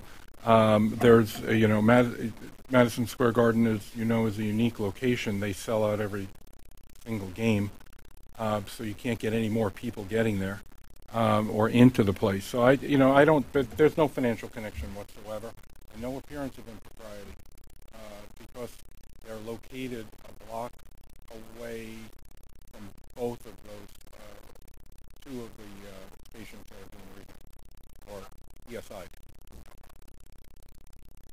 Hi, Chairman. Wanted to get you to talk about the LIR's performance improvement plan.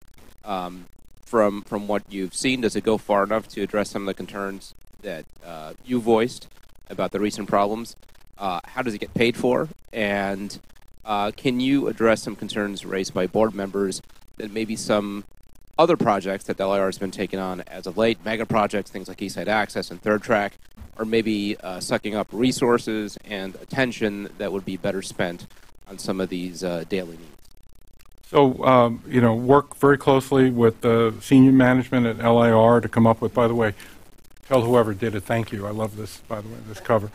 In any event, I think the plan is comprehensive. We're evaluating the cost, and very different from the subway action plan in that a lot of the things that are included in, what happened in December and January are things that can be fixed relatively quickly. There were some errors made in the process, but we're evaluating the cost, and we'll obviously, once that gets worked up, we'll be able to find ways to find efficiencies or sources of funding to make it happen. The second part of your question, I believe that we can do more than one thing at a time. I'd never want to see any work that's done on the capital side interfere with the operations. Just like operating dollars are different from capital dollars, I want to make sure that the capital side and any involvement there doesn't interfere with the day-to-day operations. Not happening in East Side Access at all, from the operations. Third Track, there are going to be some planned outages over time and different times of the day that'll all be disclosed, and it's been discussed already. But the most important thing for me, as it is, regardless of whether it's the subway or any one of the railroads, it's all about the riders and making sure that we have the best performance we possibly can for the riders. I don't agree with some of my fellow board members that we should do one and not the other. I think, that's what got us into trouble in the first place, by not doing things. We need to do a lot of things to the system, and we need to continue to maintain it. We need to enhance it, maintain it, and expand it. Thank you.